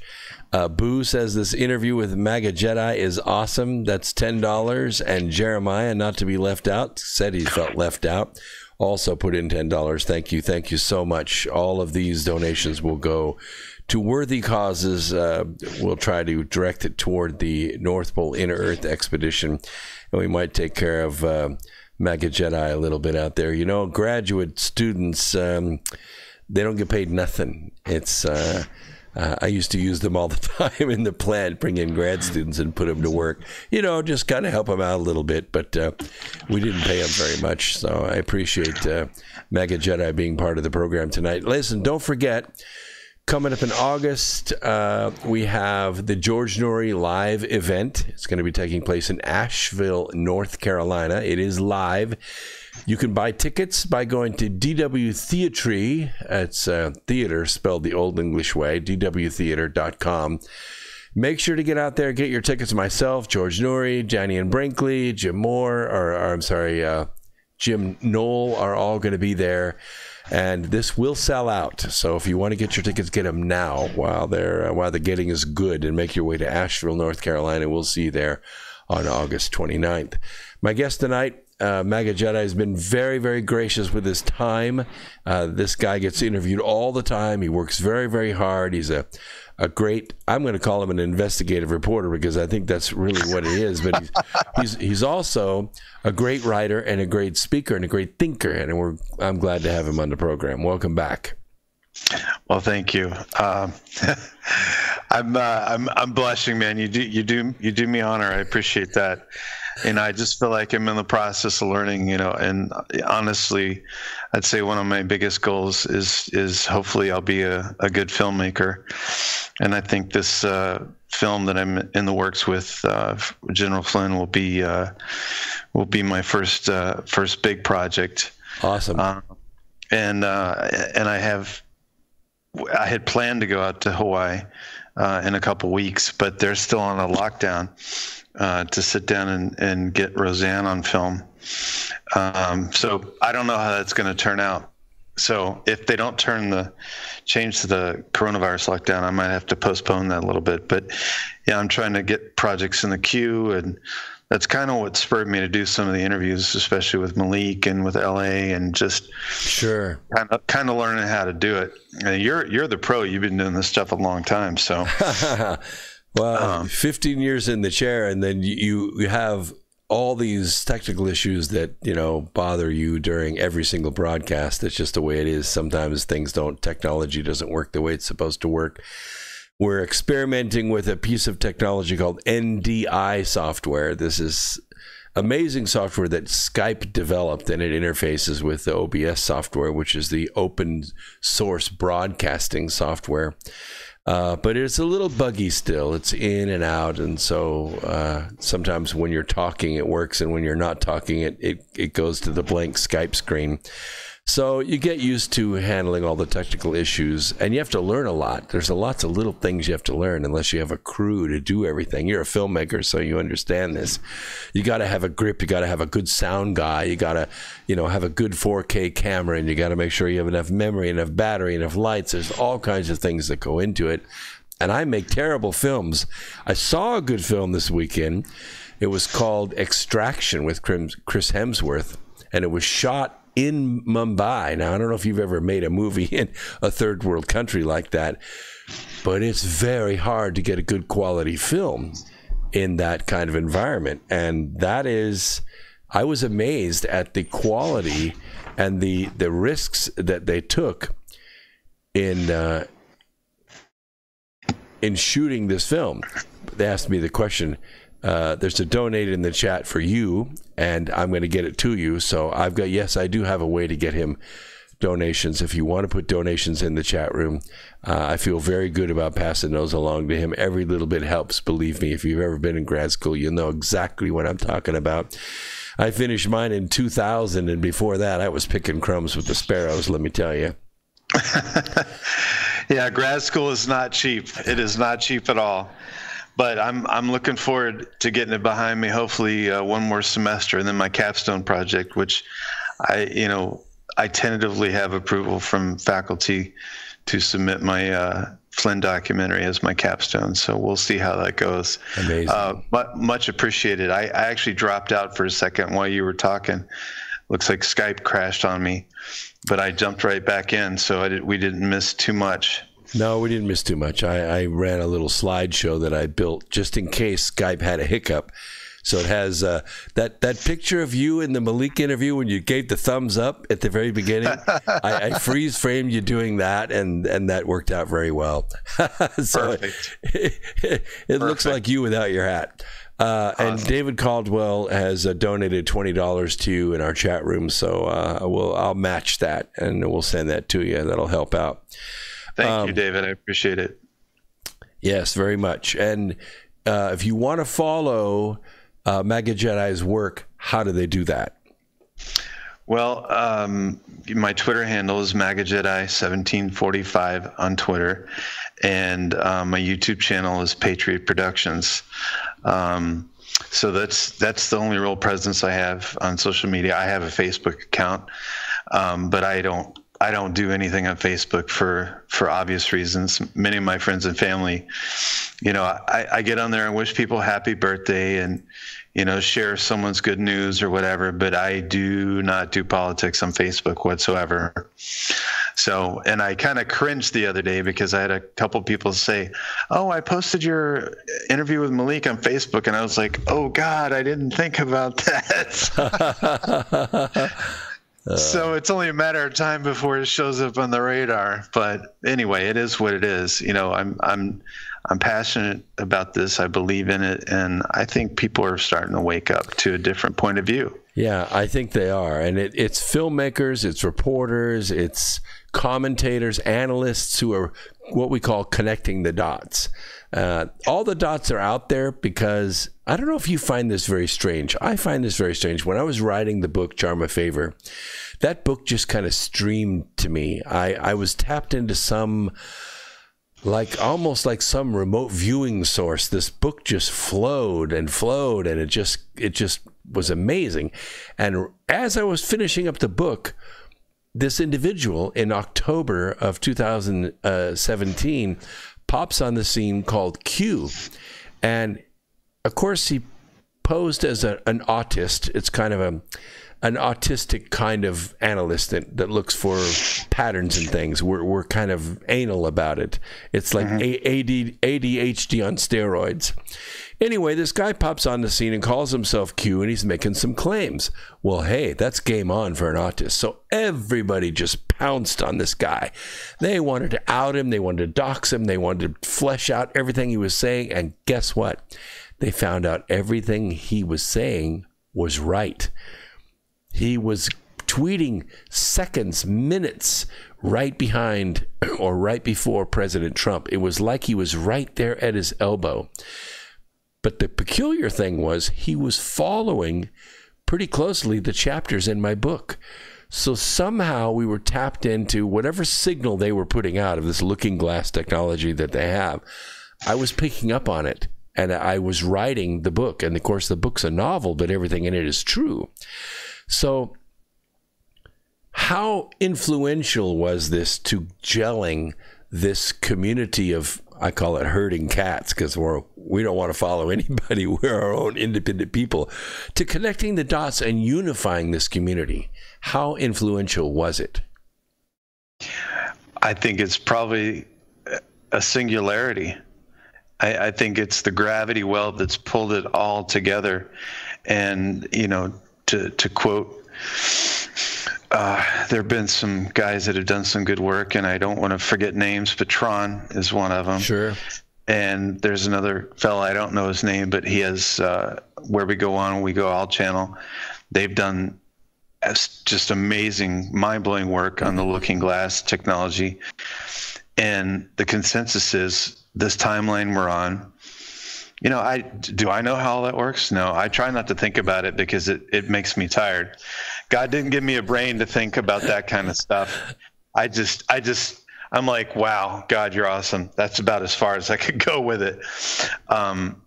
But there's obviously more to this reality than, this sack of meat and what's going on in our head. This spirit and soul is who we really are. So, connecting with God, I get a little nervous about the whole higher frequencies thing because, I have a much older connotation. I always think of that as in some kind of new age,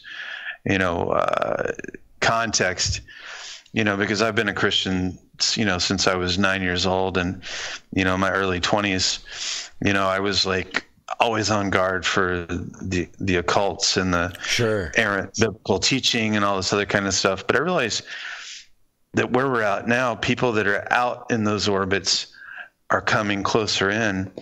And the fact that Q has been posting scripture and pointing people to Christ, and even the president, all these spiritual leaders coming around, laying hands on him and praying for him. I mean, this is the most Christian-oriented administration in my lifetime, obviously, and people that are 20 years, 30 years my senior are saying they've never seen anything like this.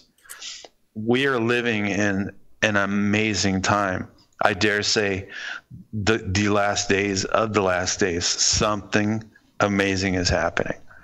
So I'll leave it at that. But I want to pick your brain because a few months ago I found out about your project to go to the North Pole. Dude, I am all over that. all over that. So I'll bring my camera and pay my way. That would be amazing. You know, we traveled all over the world for 10 years. Tibet, Nepal, China, Mexico. We tried to chase down every single legend of the inner earth. Some people call it hollow earth. I try to call it the inner earth to at least give some semblance of, you know, science to it.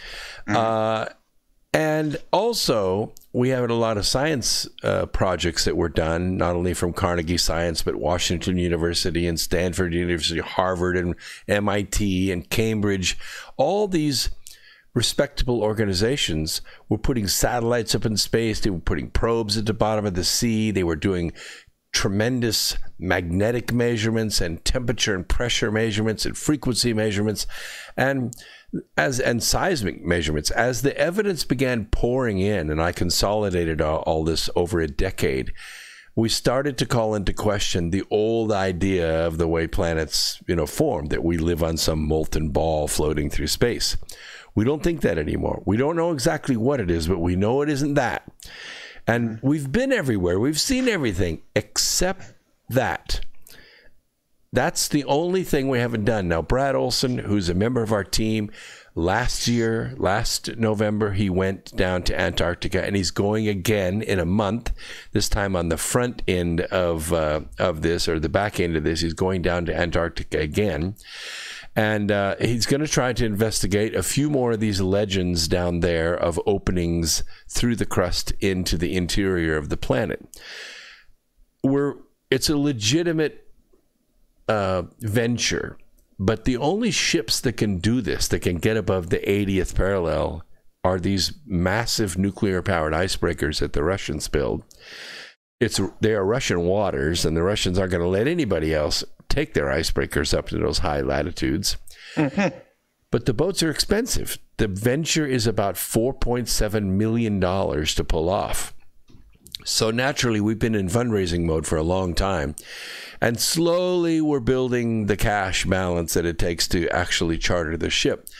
And I'll tell you, I'll be honest with you, the first 3 months of this year sunk the whole idea for 2021, because we needed the entire year for this fundraising to work and get our subscription level up to the point where we had the kind of money in the bank to be able to take care of that charter. So fortunately, it's been postponed until 2022. So we're talking about August of 2022. And we need every single month of that. So we had to launch a new TV channel called Hollow Earth TV. We're putting all of our video evidence in that channel, so people that subscribe to us for $9 a month, they get all this video content. Then there's another level where they get access to our webinars, and another level where they get access to the live streaming, one of which could be your camera from the ship. This is not going to be a vacation, I can tell you. Yeah. These are 100-foot seas and 40-mile-an-hour winds. When I watch the films of other ships that have gotten close up there, these are the roughest seas on the planet. These are waves that will crash on the deck of a drilling platform that's 300 feet off the water. Wow. Yeah, it's an amazing journey to the center of I don't know what, like hell. I don't know. Yeah. But we're going to do it. Eventually we're going to do it. 125 people, mostly scientists, some filmmakers, some of the organizers and data managers. And then we have access to one satellite. We've got to have a gimbal mounted dish to be able to hit that satellite and stream to 2 continents. It's a big undertaking, and the business plan is quite complex. It's one of the most daring projects I've ever put together, and I've built multi-million-dollar plans from the dirt up. This is quite the challenge. Well, that's an understatement for sure. But it's exciting, a lot of people want to see it happen. And I think, generally speaking, the number of films that we've watched, these pilot films that we've done, we have about 20 million enthusiasts out there. So if we can tap into a small amount of those enthusiasts, and they will, get off the hip with $9 or $10 a month, we can make this happen. This might be a stupid question, but have you guys tried a Kickstarter? Oh, we've been Kickstarter, Indiegogo, GoFundMe. Yeah, the only way to get crowdfunding to go, and 1 out of 1,000 of them even make close to their target, is you have to hire a company. There are companies that do it. It costs about 30 grand to start a project. It takes about 2 tranches of 30 grand each, so you're into it 90 grand to make back whatever it is they can get from your market. And if you don't have 5 or 6 million email addresses in your database, this is the route you have to go. There is no such thing as organic crowdfunding unless you're trying to raise money for a funeral or an operation. But something like this, you want to raise $4 or $5 million, it's 90 grand to begin. And I could pay for it, but I want to see some buy-in, some team buy-in before we spend that kind of money. Yeah, no. That's a shame we can't get the president on board. I'm sure he could contribute and probably bring a lot of big heavy hitters to the project. Well, I have another project which is called the Global Telescope Network, and they're getting ready to build a new satellite to go out into space to look for near-Earth objects, but it can only detect things 450 feet in diameter and larger. And I'm proposing a global telescope network of 10,000 amateur astronomers with good scopes to make a network from Earth that looks into space, and we can detect objects much smaller than that. So you get a $5,000-$6,000 scope with a good $2,000-$3,000 4K camera on it. That's right. Well, you don't even need 4K because we do what's called layered photography now. You open the lens and take a 5-minute shot. So you're taking like 1,000 shots in 5 minutes, and those accumulate all the light, and then that's what you upload to the database. So then when you search all of those images that are stitched together, you have a complete picture of 22, 23, 24 degrees of space. It's amazing detail. Wow, that's mind-blowing. Yes, well, I've always wanted to get one of those big fancy giant telescopes. That'll have to wait because I'm planning on buying a new camera right now, that new Blackmagic Pocket 6K, and that thing costs $2 grand. So I'm saving up for that right now. I like the little Osmos. They're really something. Those little 4K Osmos are amazing. Yeah, I haven't looked at one of those. I have the Osmo for my iPhone 11. In the iPhone 11, man, I've gotten some amazing footage off of that phone camera. It is unbelievable. I'll bet. So one other question: were you in that Hollow Earth Chronicles film with that Josh did? What's Josh's last name? No, I don't think so. Right? I don't think so. We have been trying to consolidate all the Hollow Earth people from around the world, and we have done a good job of doing that over the last 10 years. But there have been a few people that have. There have been more than one person that have capitalized off all the good work that we've done to create this brand, and then they've gone out and scooped the chips off the table. So I really wish that they'd work with us. Well, that's unfortunate. And I understand how you're feeling right now. I've experienced similar things in my career. I mean, this is my second, third, fourth, fifth career. I've lost count, but I understand. I've been there. Well, the most important thing for me is to get the knowledge out. I never expected to make money off the Arctic expedition.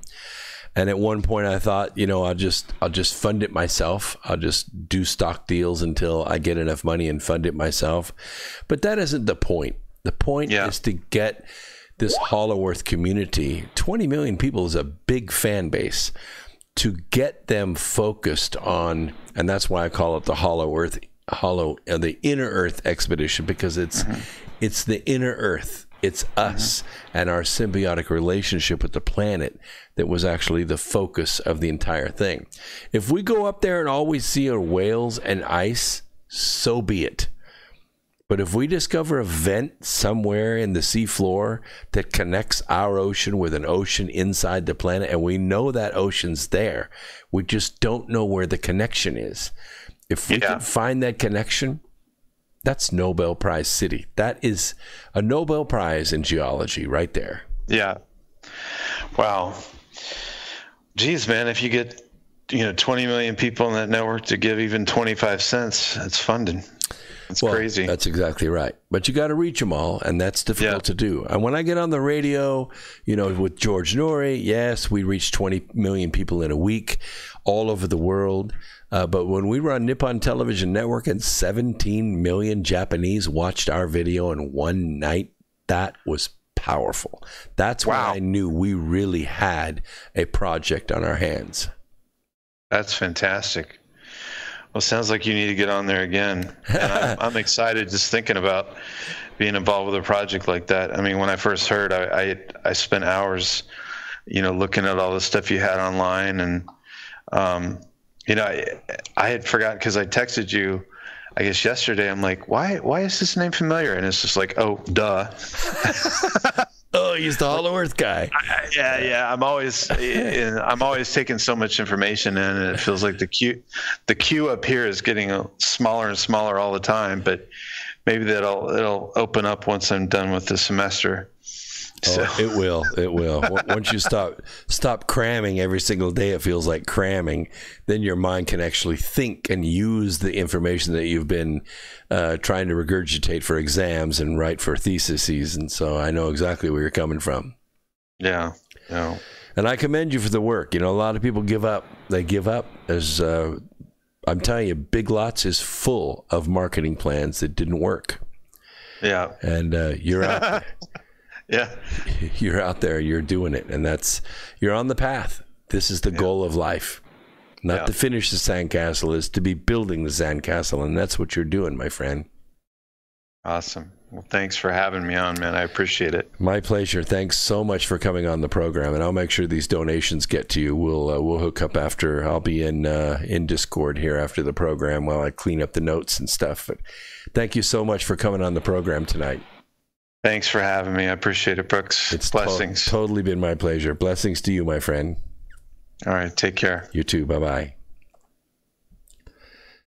All right. That was a pretty amazing interview. I think everybody will agree. And I just want to let you know that, we're going to try more of this. I know you like me bringing the interviews on, and there are just very few people that I think enough of to bring on the program. I don't want to just fill up airspace. I want you to learn things. I want you to know that there are people out here, patriots, soldiers, thinkers, doers, movers, shakers, that we're out here working as hard as we can to save America from the global syndicate. Because if America goes down, the world goes down. Life, liberty, and freedom will leave the planet forever and will never come back. So it's important to me. It should be important to you. We're going to take a quick break. We will come back at the top of the hour with our final hour of America Free Radio. Don't go anywhere. YouTubers, hang out. I'll try to address a lot of your questions in the chat room right now.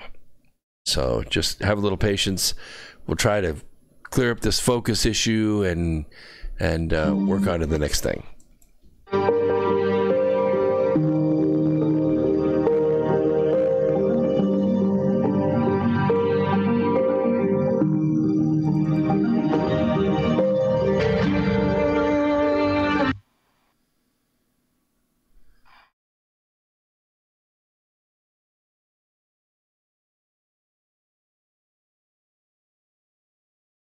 Truth Frequency Radio is your #1 source for news and information without the hate, hype, and fear. We're proud to feature cutting-edge programs like Beyond the Veil with Chris and Cherie Geo, X Squared with Brooks Agnew, Paranormal Portal with Brent Thomas, Karenism Raw with Karen and Missa, Fearless with Frank Castle, Strange World with Mark Sargent, The Eye of Ra with Ra Castaldo, The Infinite Fringe with Billy Ray, Ironworks with Josh Corey, The Kev Baker Show, and dozens more.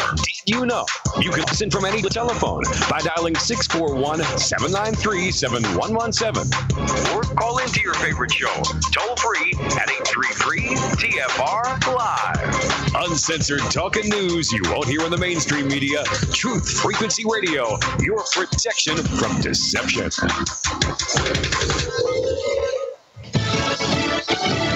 Numerous states prepare to reopen. I'm Joe Chief, Fox News. Many states will begin some type of reopening this week, but health experts warn it may be too early and that more testing needs to be done. They are currently testing at a level of 1.5 to 2 million people each week. Dr. Fauci of the White House Task Force has said that number really needs to double before the economy can gradually and safely reopen. Abbott Labs says it has shipped more than 1 million test kits to all 50 states. Most of those tests going to hotspots. It's really a rapid test to give you a positive result in just 5 minutes. Fox's Steve Harrigan at the CDC in Atlanta. New York Governor Andrew Cuomo working on a plan to reopen his state hit hardest by coronavirus. Upstate New York will be among those first areas to reopen, not until May 15th, which is when that stay-at-home order expires. Here's a look at the governor's reopening. Phase 1 includes construction and manufacturing jobs with a low risk of spreading the virus. After 2 weeks of monitoring that, phase 2 starts. That's more essential, low-risk jobs. And Cuomo really here is asking businesses to weigh in on this category. Now, there cannot be any openings that would draw in crowds from out of state. Everything has to be coordinated with other northeastern states. Fox's Aisha Hasni. Cuomo says any reopening plans can't begin until there's a further easing of the pandemic. State officials looking at ways to keep people safe in the upcoming election. Michigan Governor Gretchen Whitmer says, make no mistake, COVID-19 is still here and will be with us for some time. We can't put off an election because of a pandemic. On ABC's This Week, Whitmer says she will encourage her state's residents to vote by mail. Whitmer has been mentioned as a potential running mate for presumptive Democratic nominee Joe Biden. Fox's Gernal Scott. America is listening to Fox News.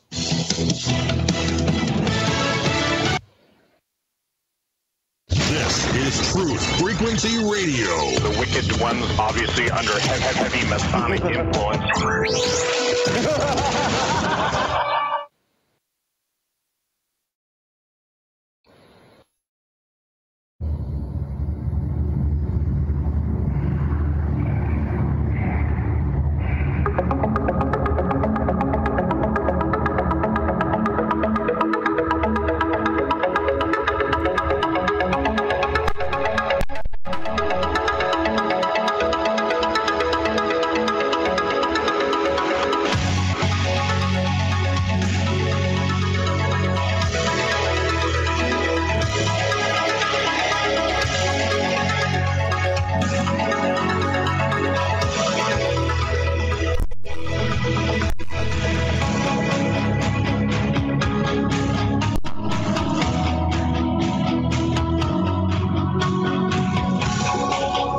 Greetings, Earth Explorers. Welcome back to X Squared Radio, coming to you live through the America Free Radio studios on the Truth Frequency Radio Network, where the Truth Freaks hang out. And we are not afraid to let our Truth Freak flag fly. You can always reach me. You can write me at bagnew@x2-radio.com. You can always reach me at my website, brooksagnew.com. You see it right there on the screen. By the way, I will put the links down here at the bottom so that you can participate every way that you can. Please don't forget, May is coming up. And in May, yes, we're starting another series for the Second Chance Mentoring webinars. This is 5 hours of instruction from me directly to you via Zoom. You can ask questions, you get all kinds of information, you get a copy of the book Remembering the Future, and all you have to do is go to my website, brooksagnew.com, click on the webinars link. There's the little arrow pointing at it right there, webinars link, and if you click on that and sign up for the May series, there are 2 classes in the series included for $47. You get a copy of the book, you get 5 hours of my time. Great instruction, I promise you. All the reviews have coming back from the students, and they're all good. But then you got access to one-on-one mentoring with me. So if you need help with a business plan, a pro forma, marketing, you need help with technology, going from your garage to an incubator, from an incubator to a full plant, from a lab or something to a full industrial size production, this is what I do. I do this all day long for the Fortune 500. I have for over 20 years. I'm on getting close to retirement, so I thought, why should I take these skills that I've been selling to the Fortune 500 for almost 3 decades and put them on the shelf? Why not share them with you? And so that's what these webinars are, and you get one-on-one instruction by me, and I will help you put that plan together. That's all you got to do is go there and check it out. So let's get on with the rest of it here. And by the way, I really appreciated MagaJedi coming on the program. Hardworking grad student, obviously on the path to get it done, and the guy's going to get something great on film. That interview with Malik Obama was off the chain. If you haven't seen it, go out there, find it. I'll put a link in my description in the notes, and you can find it and go watch the interview. It's really, really good. It'll open your eyes. If you ever were an Obama follower, it might convert you. How is the rebellion going? People ask me. Well, the mainstream media and governments, they are losing their grip. They're losing control of the people all over the globe. Humans are finally standing up for their rights to live, not as slaves, but as free, sovereign people, capable of making their own decisions without rulers, without elitists, without some government official calling the shots. That does not mean they can't still reward you for proper indebtedness and excoriate you for being debt-free. They can. Global tyranny has been tried many times, but we have not actually experienced it on this scale. What kind of power can crush and silence an entire world in less than 21 days? President Trump was the leader of the century, but this greater power swept him aside with the bristles of the global media empire like so much dust off their shoes. The people of the world watched as America First was turned into America Who? In a matter of weeks. We were witnessing a mass uprising against governments and their propaganda outlets.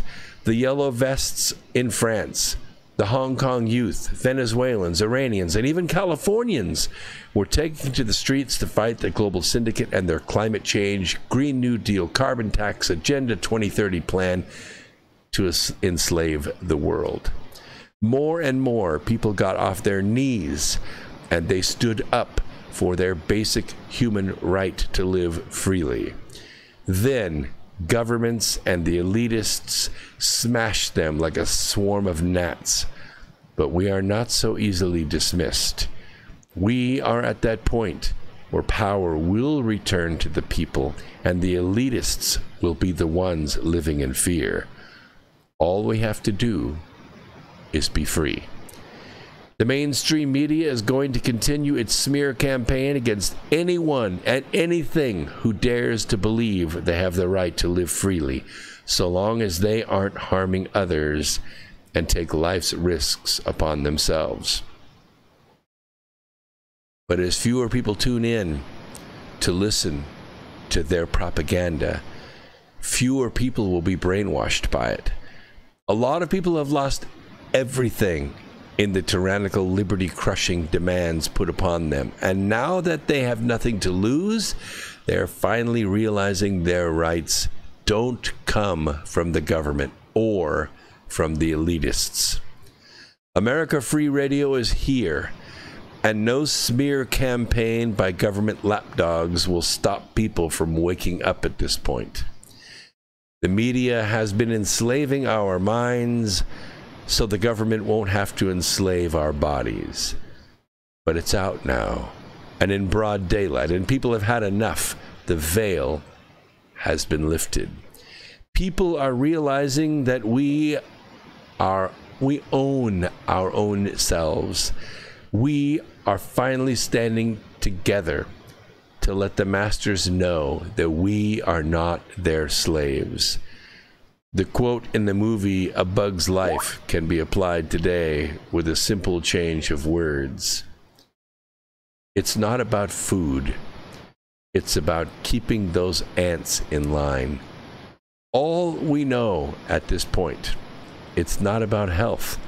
It's about keeping those people in line. You know that, and I know that. They want to keep you in fear. Take notice of the clips of these that I've sent out on Twitter and on Facebook. I posted a couple of clips from the grocery store the other day with the little arrows on the aisle at the grocery store saying, I must walk this way in the cereal aisle, or something bad is going to happen to me, or the X on the floor that says I have to stand here until the person in front of me is through and clear from the cash register before I can go up. I want my country back, and I know you do too. And they can't censor us. They can brainwash us, and they can expect us to obey their commands and stay as their slaves. But I can tell you, I can feel it. I've seen it out there. Every state that I go, every place I visit, every store I visit, people have had enough. Mass civil disobedience, where people are going to cease to obey laws that control them. It's already happening. The soft rebellion that I talked about on April 5th on this program, by April 12th, it was full on. By April 19th, people were walking out. Now it's the 26th, and we're seeing a full-on rebellion. The beaches, the parks, everything is going to be taken back by the people. Why? Because this is America. You'll recall, if you remember your history, that the global syndicate tried to take control of the colonies in the beginning. And they saw that the colonies were successful. And so the crown moved in and said, I want taxes from your success. I want taxes on your postage. I want taxes on your tea. And what Americans said is, we would rather dump the tea in the harbor than pay your tax. And that's what they did, because we're Americans. We are not going to be leeched like that.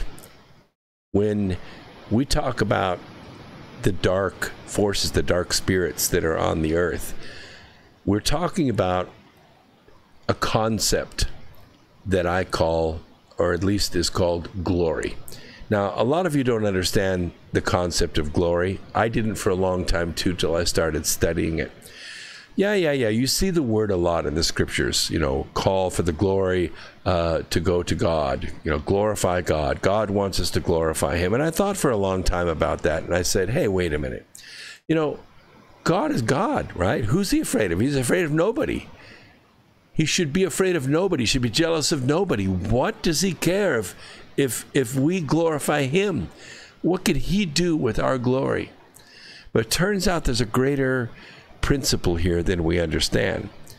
Maybe it's not just for us, to glorify him.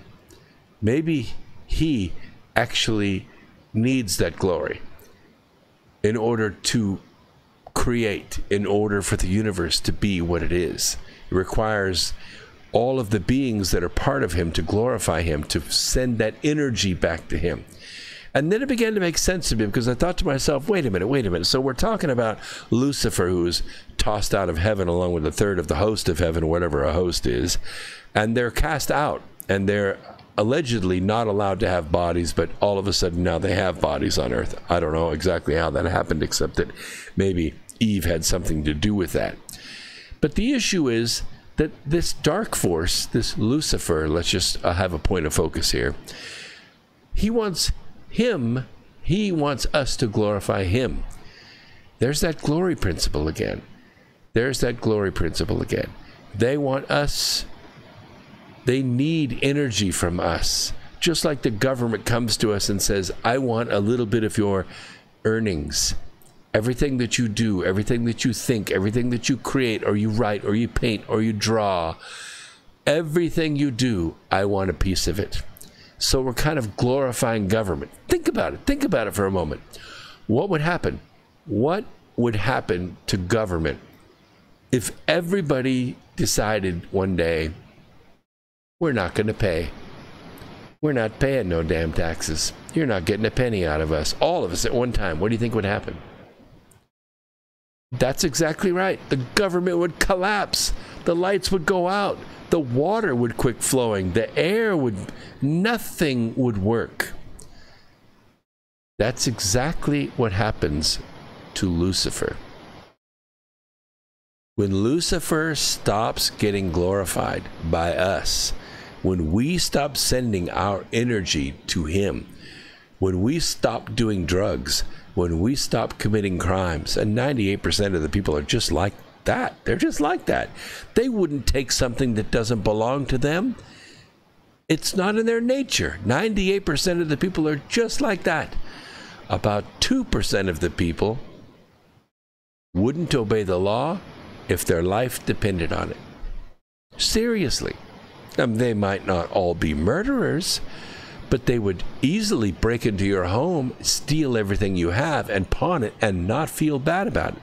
They would easily crack the window open in your car and reach in and steal your wallet and your cell phone and your stereo out of your dash, and they wouldn't think anything about it. They would think you were stupid because you parked your car where they could get at it, or you left it unattended. It's your fault that you lost those things, and you're insured anyway.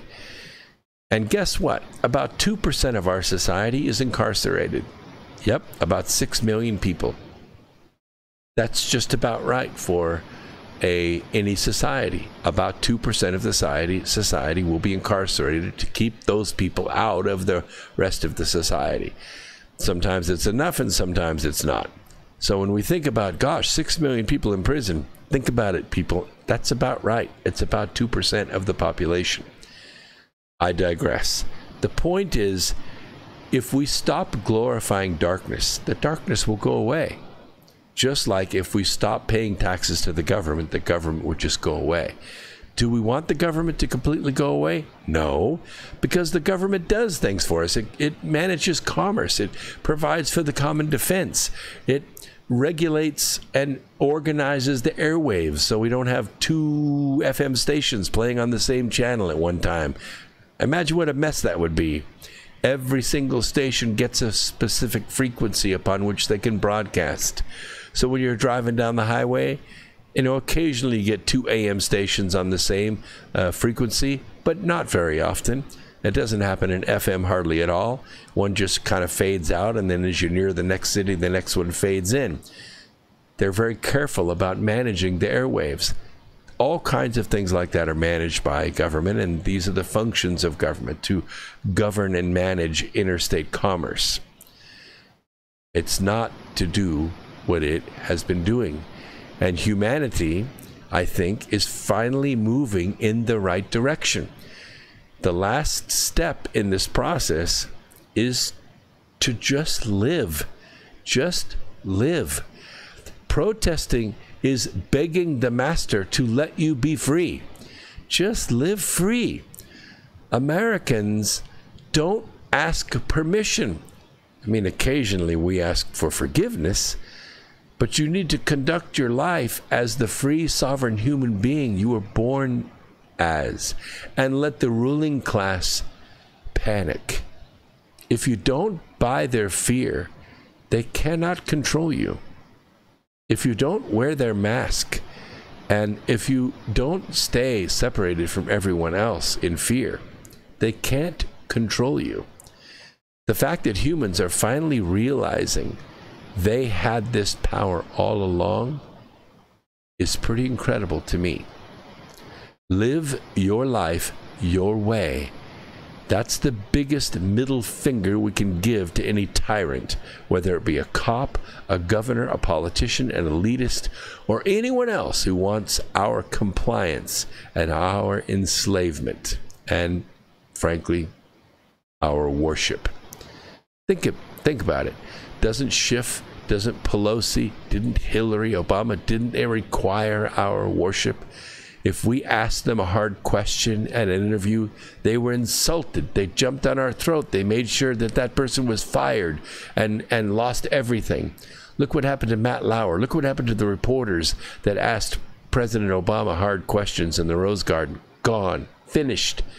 Out of the business. They're washing cars. Freedom is not negotiable. And rights, they're not gifts from government. They're not gifts from the deep state. We have these basic human rights to be free and live our life the way we see fit.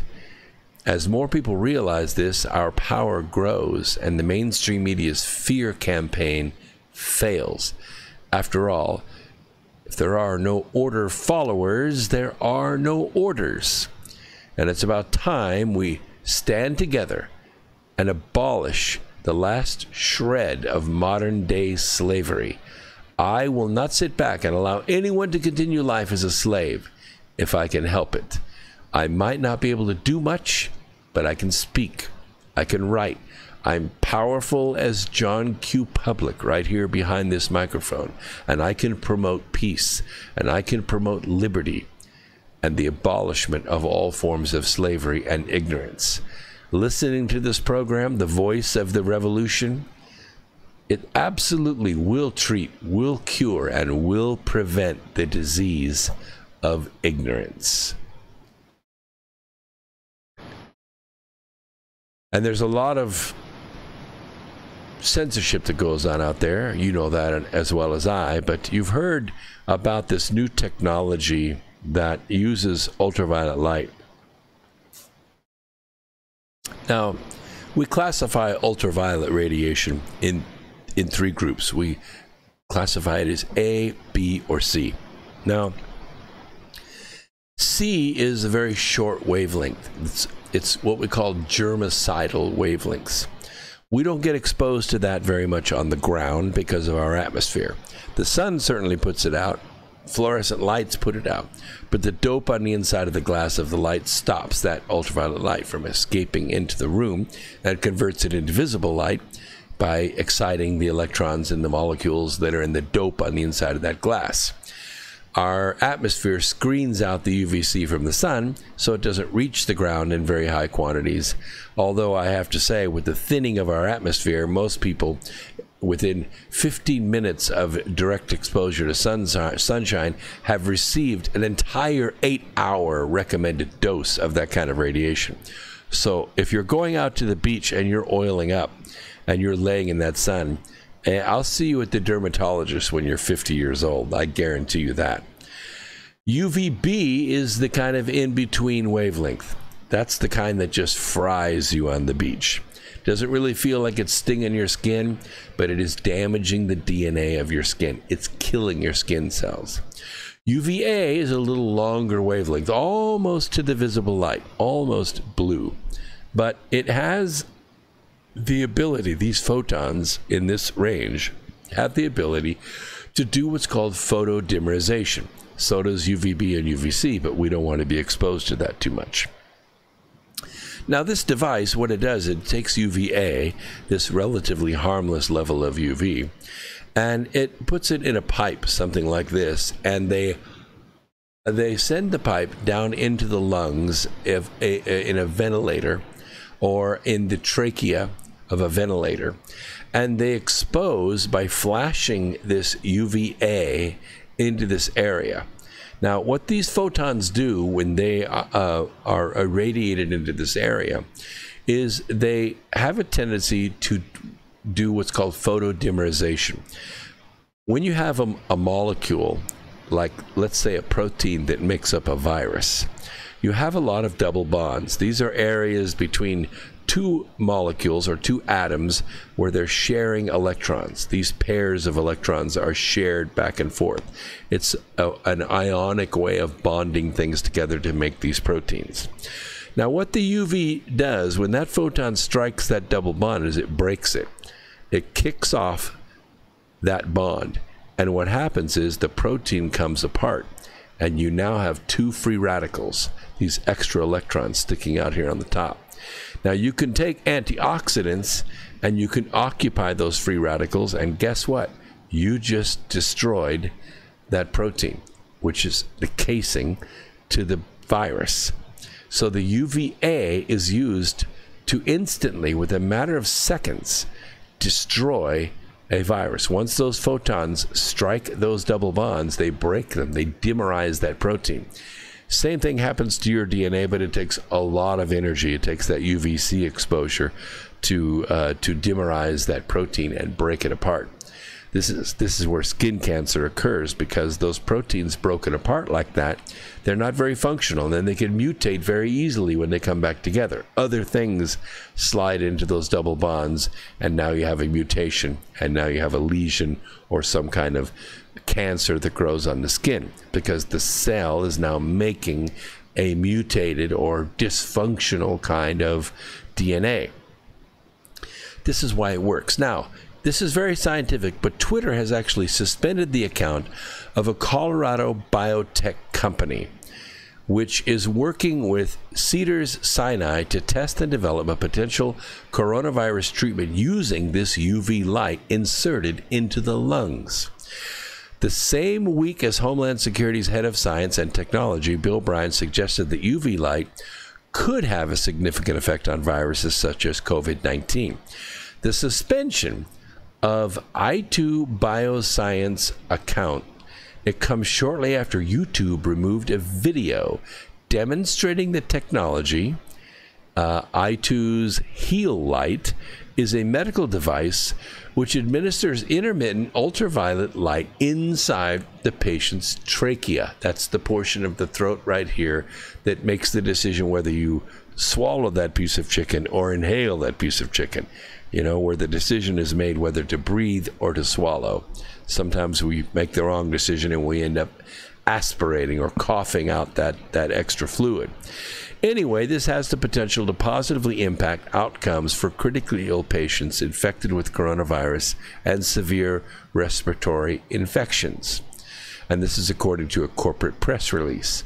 The company is working with the medically associated science and technology team at Cedars-Sinai Medical Center and are seeking expedited FDA approval for near-term use of the technology. Twitter, YouTube, they decided you don't get that technology. I want to ask you guys why. Why, Twitter? Why, YouTube? Are you blocking this company from getting the kind of notoriety that it needs to raise the money to bring this to patients who need it? Do you want those patients to die? Does this kind of technology really threaten your community? Not as bad as I'm going to. I want to start talking about schools. Most of you go to them or have been to them. I went to them, my gosh, most of my life. I was in college for almost 20 years. Crazy, crazy amount of classes. At the bottom of the hour, we will go into that in more detail. This is America Free Radio. My name is Brooks Agnew, and you're in the right place to get your ignorance treated, cured, and prevented. We'll be right back after this. Don't go away. More X Squared Radio coming at you right after these messages.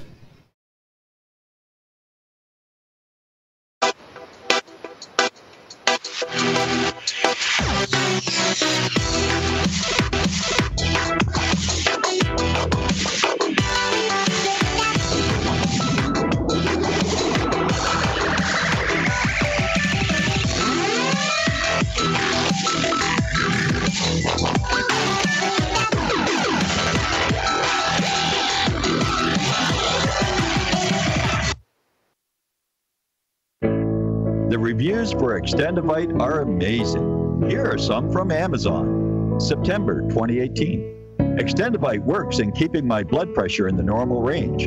I've been using Extendivite for many years now. May 2018. Great product. I use regularly and I rarely get sick. March 2018. This product has relieved what appeared to be angina pain in my chest and shortness of breath after climbing stairs. I'm quite happy about it. February 2018. My husband, son, and I have been using this product for a few months now, and we have noticed an improvement in our joints and blood pressure. Tell us your story. Get Extendivite today. To order, call 1-877-928-8822. That's 1-877-928-8822, or visit heartdrop.com. Extend your life with Extendivite. Okay, nurse, let's get this man to the ER stat. Right away, doctor. We see this every day. Heart attack or angina pain due to blocked and clogged arteries. Chelation can remove obstructions or blockages from arteries and help avoid painful and expensive surgery. Now there's Angioprim. It's a liquid oral chelation product that you take with juice. You start to feel the results fast. Angioprim increases blood flow all over the body, and that means more energy and strength to take on the day with less aches and pains. 60 years of research has gone into chelation, and Angioprim is the result. A safe and easy way to unblock your veins and arteries from buildup that slows circulation. Paging Dr. Jones, please report to the emergency room right away. Log on now for a special radio offer from Angioprim. That's angioprim.com/radio. ANGIOPRIM. Angioprim.com/radio, or call 877-882-7221. That's 877-882-7221. He was the deputy director of MI6, Britain's most senior diplomat. He was knighted by the Queen and in charge of thousands of highly trained spies. But he was also a member of the paedophile information exchange. He had 45 diaries full of sex fantasies with children. His friend was the private secretary of Margaret Thatcher. He strangled a child and hit another with his car. He raped young boys and organized orgies with children for other politicians. The Enigma Channel, intelligent television for planet Earth. EnigmaTV.com.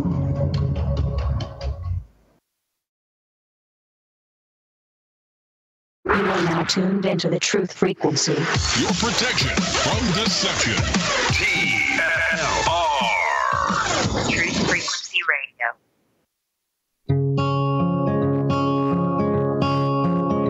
I've been waiting for this moment since my first breath in. Never would have thought I'd be afraid to begin, but here I am, the edge of the water, wondering if I can swim. Never seem to notice all the days pass through, but in this final moment, I'm still chasing the truth. I want an explanation why I can't stay here forever in my youth. And if I press on, will you wait? Will you wait for me forever? Or would it be wrong to ask you to come with? Tell me, will you wait? I always like the last segment of this program, just for that bumper music. I really appreciate that great art. And I want to thank you so much for being part of America Free Radio tonight. It means a lot to me for you to be there, especially for the people in the YouTube channel that have been such a brotherhood and sisterhood of people out there. And please share the videos with all your social media and get your friends to subscribe. We're slowly growing. We're just past the 4,000 subscriber mark. It's been a long time coming. We've worked on this for years and years and years. I'm not really sure why it takes so long. I'm just not very good at marketing, I guess. Even though we're out there and lots and lots of hours, hundreds and hundreds, thousands of hours of videos out there, but it's you. It's you that makes things go viral. It's not me. I can't do it. I have to rely on you. So I want to talk a little bit about schools. Everyone's affected by one, or has a kid in one, or has a neighbor with a kid in one. Harvard Magazine published this absolutely horrible article in which Elizabeth Bartholet, she's a Harvard Law School professor and the director of its Child Advocacy Program, she comes out strongly against homeschooling, which kind of breaks my heart because, you know, my grandmother was a very smart lady. She taught me to read when I was 4 years old. She put up with my ADHDOS, you know, ADHDOS. It means attention deficit hyperactivity. Oh, shiny. She put up with that. And she kept the input coming to me and taught me how to read, taught me how to sound things out, taught me how to do math. She went to all 8 grades in one room in the same schoolhouse with a couple of teachers, a woman and a man. By the time she made it to the 8th grade, she'd already been through those classes 8 times. She was a pretty sharp lady and knew how to teach. She was very patient, very loving woman. Very gifted in more ways than I can tell you. She was clairvoyant. She passed that trait on to me and my ability to learn. And I think most of you who know me, who have met me, who have spoken with me, realize that I've been learning at that rate for a long time, for over 60 years. And you don't stop. You never stop. Why?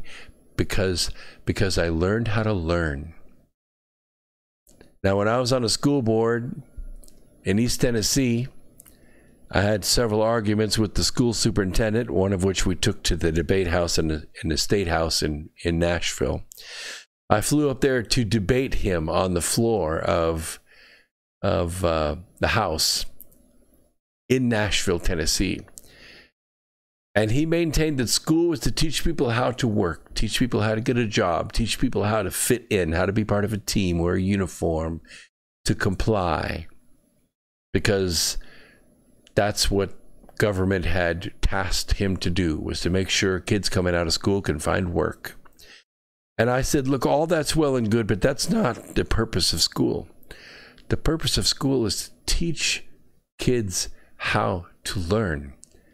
How to learn, because when we're done with them after K through 12, unless they go to college or trade school or something, they need to know how to continue learning. They need to know how to pick up a manual and figure out how to use a machine. They need to know how to pick up a Chilton's manual and fix a car, do brakes. They need to continue to learn their entire life. If you just teach them to work, you've done nothing but given them a fish. You didn't teach them how to fish. Bartholet's interview is a smorgasbord of selected outrage and red herrings. She points to isolated instances of neglect by homeschooling parents, which can happen. I mean, parents are not professional teachers, but I'm always amazed at the kids that are homeschooled. They do better on the standardized exams than the students that have sat in class all week with a professional teacher. I find that pretty amazing. She conveniently ignores the shocking evidence of widespread overachieving by homeschooled students. She denies all of this. She also ignores the reams of evidence demonstrating that homeschooled children are smarter. Companies want to hire them. They're socially and professionally more balanced than their public school peers, who are more worried about the fashion of the day and what boy is looking at them than they are what that teacher has to give them. And the teachers know it. And year after year after year, the professional teachers use the same syllabus. They print the same crap out over and over again with slight modifications. They don't care if the students know how to think. They only care that the students get the answers that they say they should have on the exams. And by the way, you have to show your work. The piece has received and deserved criticism from everyone, including me, even press outlets, including Forbes, the Christian Post, National Review, Daily Mail. In the Washington Examiner this week, columnist Tim Carney ripped apart Bartholet's special arguments and concluded by saying, and I quote, You need to worry about these people. These people have a dangerous agenda, close quote. And you know what? He's right. But there's more. The attack on homeschooling must be seen as part of a larger effort to silence conservatives and marginalize their impact in this country. Thomas Jefferson had the right idea when he said that schools should be managed on a local level by local communities. Now, in the old days, textbook manufacturers, printers, publishers, they would create textbooks in science and geography and social studies and you name it. And then the book buyers or the school boards themselves would go to these book conventions. It's time to replace our geography book. It's time to update our history book. It's time to, change our literature book. And so they go to these trade shows and they look at the books. And these are, bus drivers and former school teachers and engineers and just neighborhood watch people that got elected to their local school board. And they're going to these conferences and they're listening to publishers and writers and they're selecting the textbooks that they're going to buy and provide to their students to use during the academic year. And they compete against one another. Skoog and Leary competes against, Rand McNally and Regis, and all the publishers compete against one another, whether it's instrumental analysis or chemistry or architecture or whatever it is. And the best books in the eyes of those school boards are what are purchased. And the competition is fierce. But over the years, what has happened is the federal government has gotten more and more involved and established standard testing. And they rewarded the schools for their students performing well on those standardized tests. So you see where I'm going with this, right? We're setting up a self-fulfilling prophecy.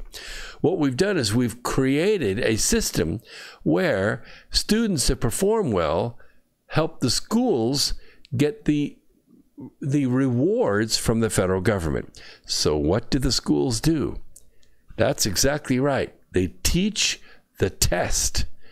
They teach the test because the school is graded just like the student is. The more A students we have, the better the school gets their grants from the state, and the state gets from the federal government. And so what happens is the textbook companies, they no longer have that competition. Hey, we want to have the best laid out, math, and have math formulas for a little bit and some explanation in English and maybe a couple pictures and some exercises. We don't do that anymore. We teach the test, so we're going to create our textbooks for the test.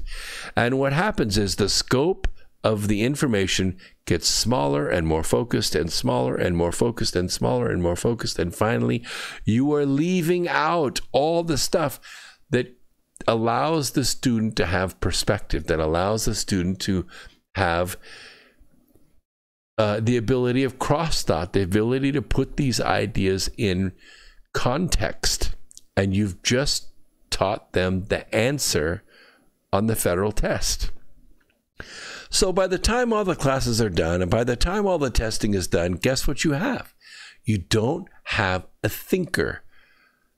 And what Jefferson said is you lose the republic when you centralize the education system around the federal government. There should be no central federal source for education. It is this competition that makes one state greater than another, one county greater than another, one school greater than another. Everybody I know, when they get ready to buy a house, what's the first thing they do? They start looking for the best schools. Why?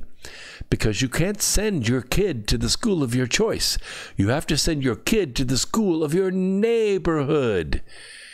And so people shop around and they make their home buying decisions based upon the school that their kids are going to go to. Now, this is not extreme. This isn't hysteria. This is reality. This is what's happening. We need to take our schools back. And there's plenty of precedent. You know, let's take abortion, for example. According to Planned Parenthood website, which provides state-by-state information on abortion access, 12 states and the District of Columbia do not require that parents or any legal guardian be notified before a minor child can obtain an abortion. This is about parental rights. So the parental rights are removed. Washington is among them. In 2010, a 15-year-old student at Ballard High School in Seattle was given an exit pass by a school administrator who procured a taxi for her to go to an abortion clinic and have an abortion without her parents' knowledge or consent. When the girl's mother found out, she was outraged.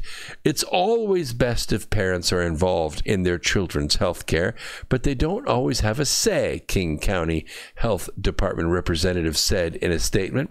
At any age in the state of Washington, an individual can consent to a termination of pregnancy. Even in the other 38 states that require parental or guardian notification, the minor can obtain a judicial bypass.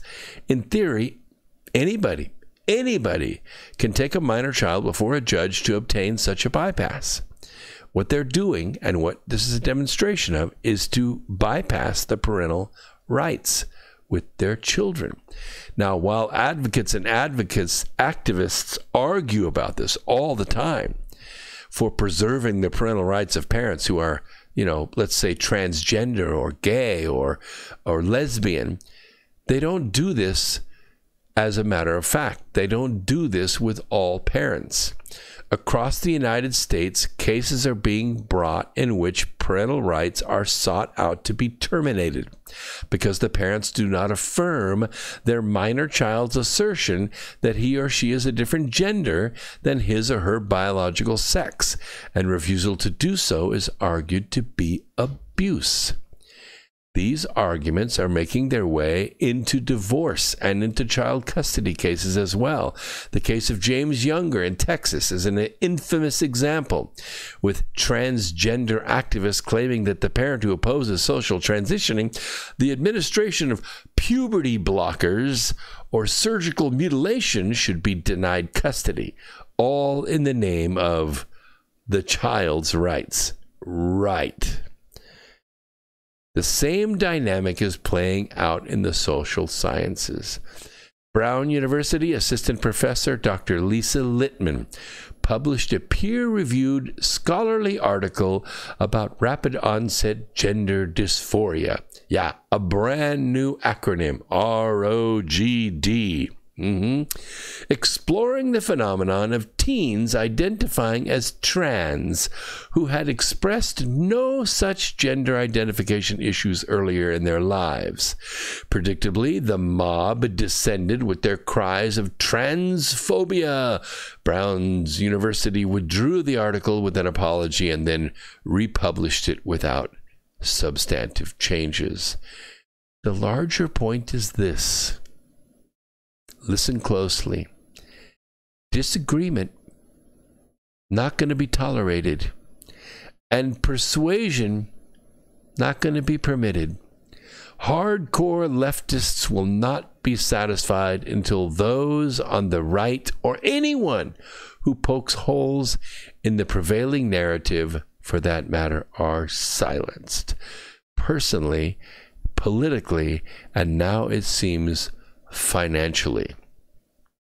They are trying to stop the spread of conservative viewpoints by inserting themselves into the relationship between parents and children in the name of children's rights.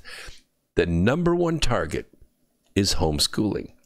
They're trying to wedge their way between the child-student child of the parent and the parent-teacher parent of the child. They're trying to wedge themselves in there so they can break that cycle of instruction from the parent.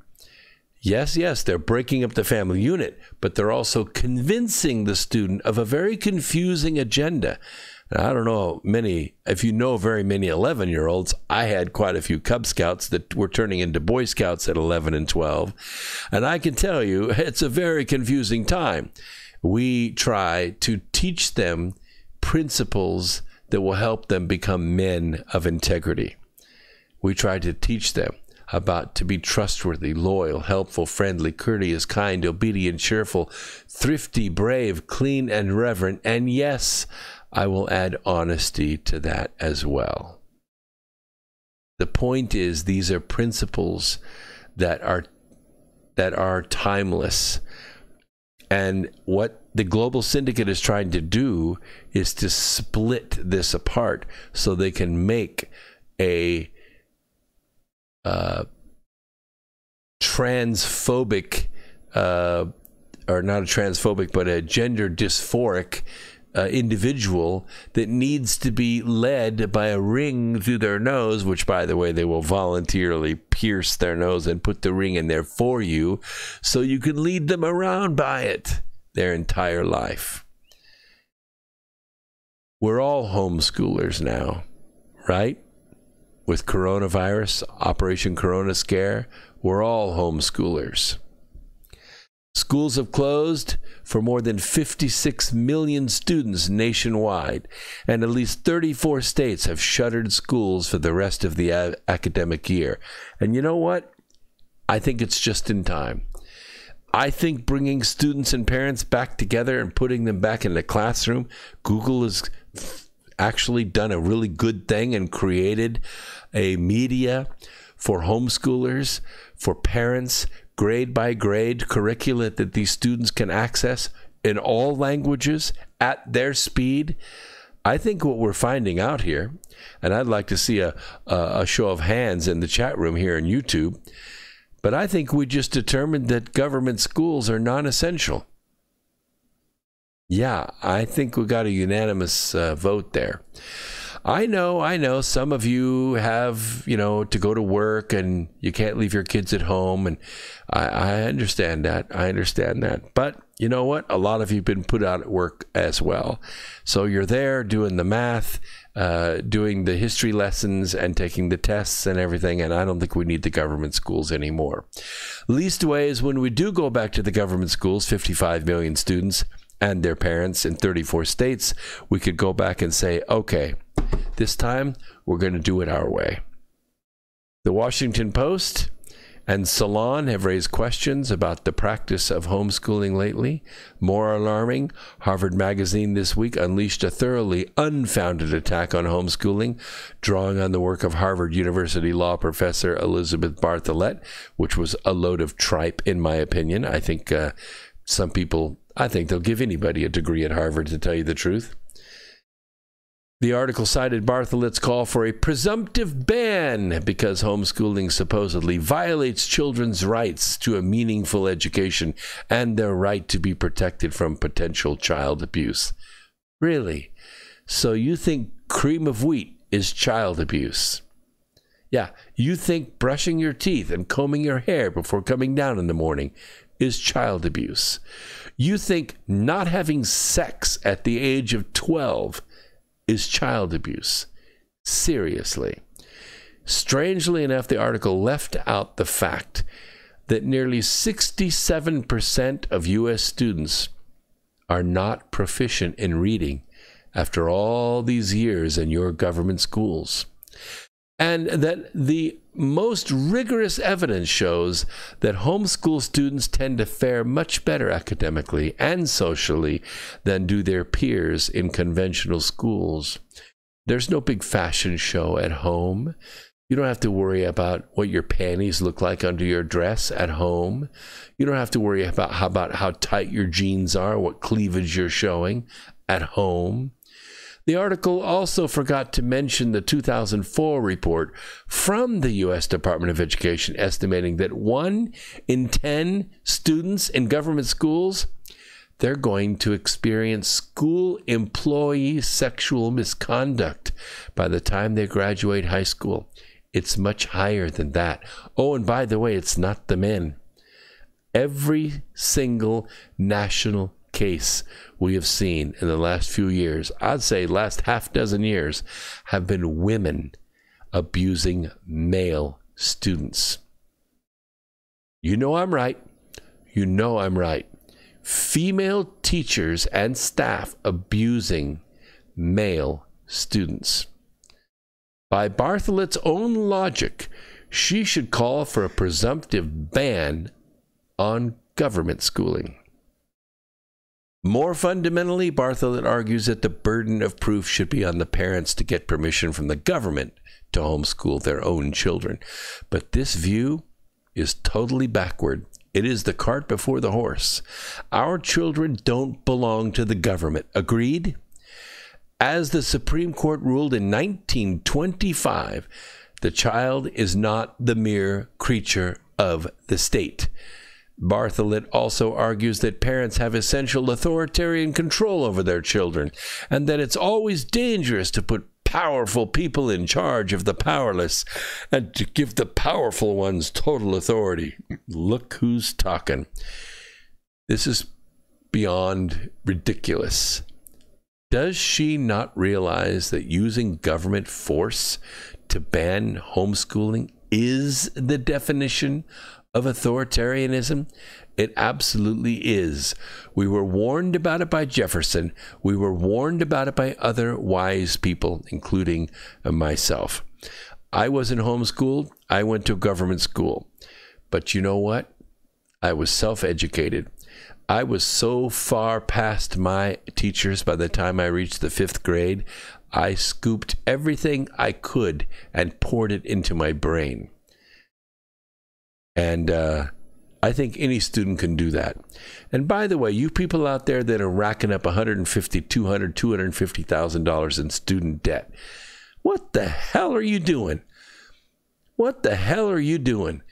Do you realize that A students don't end up in debt?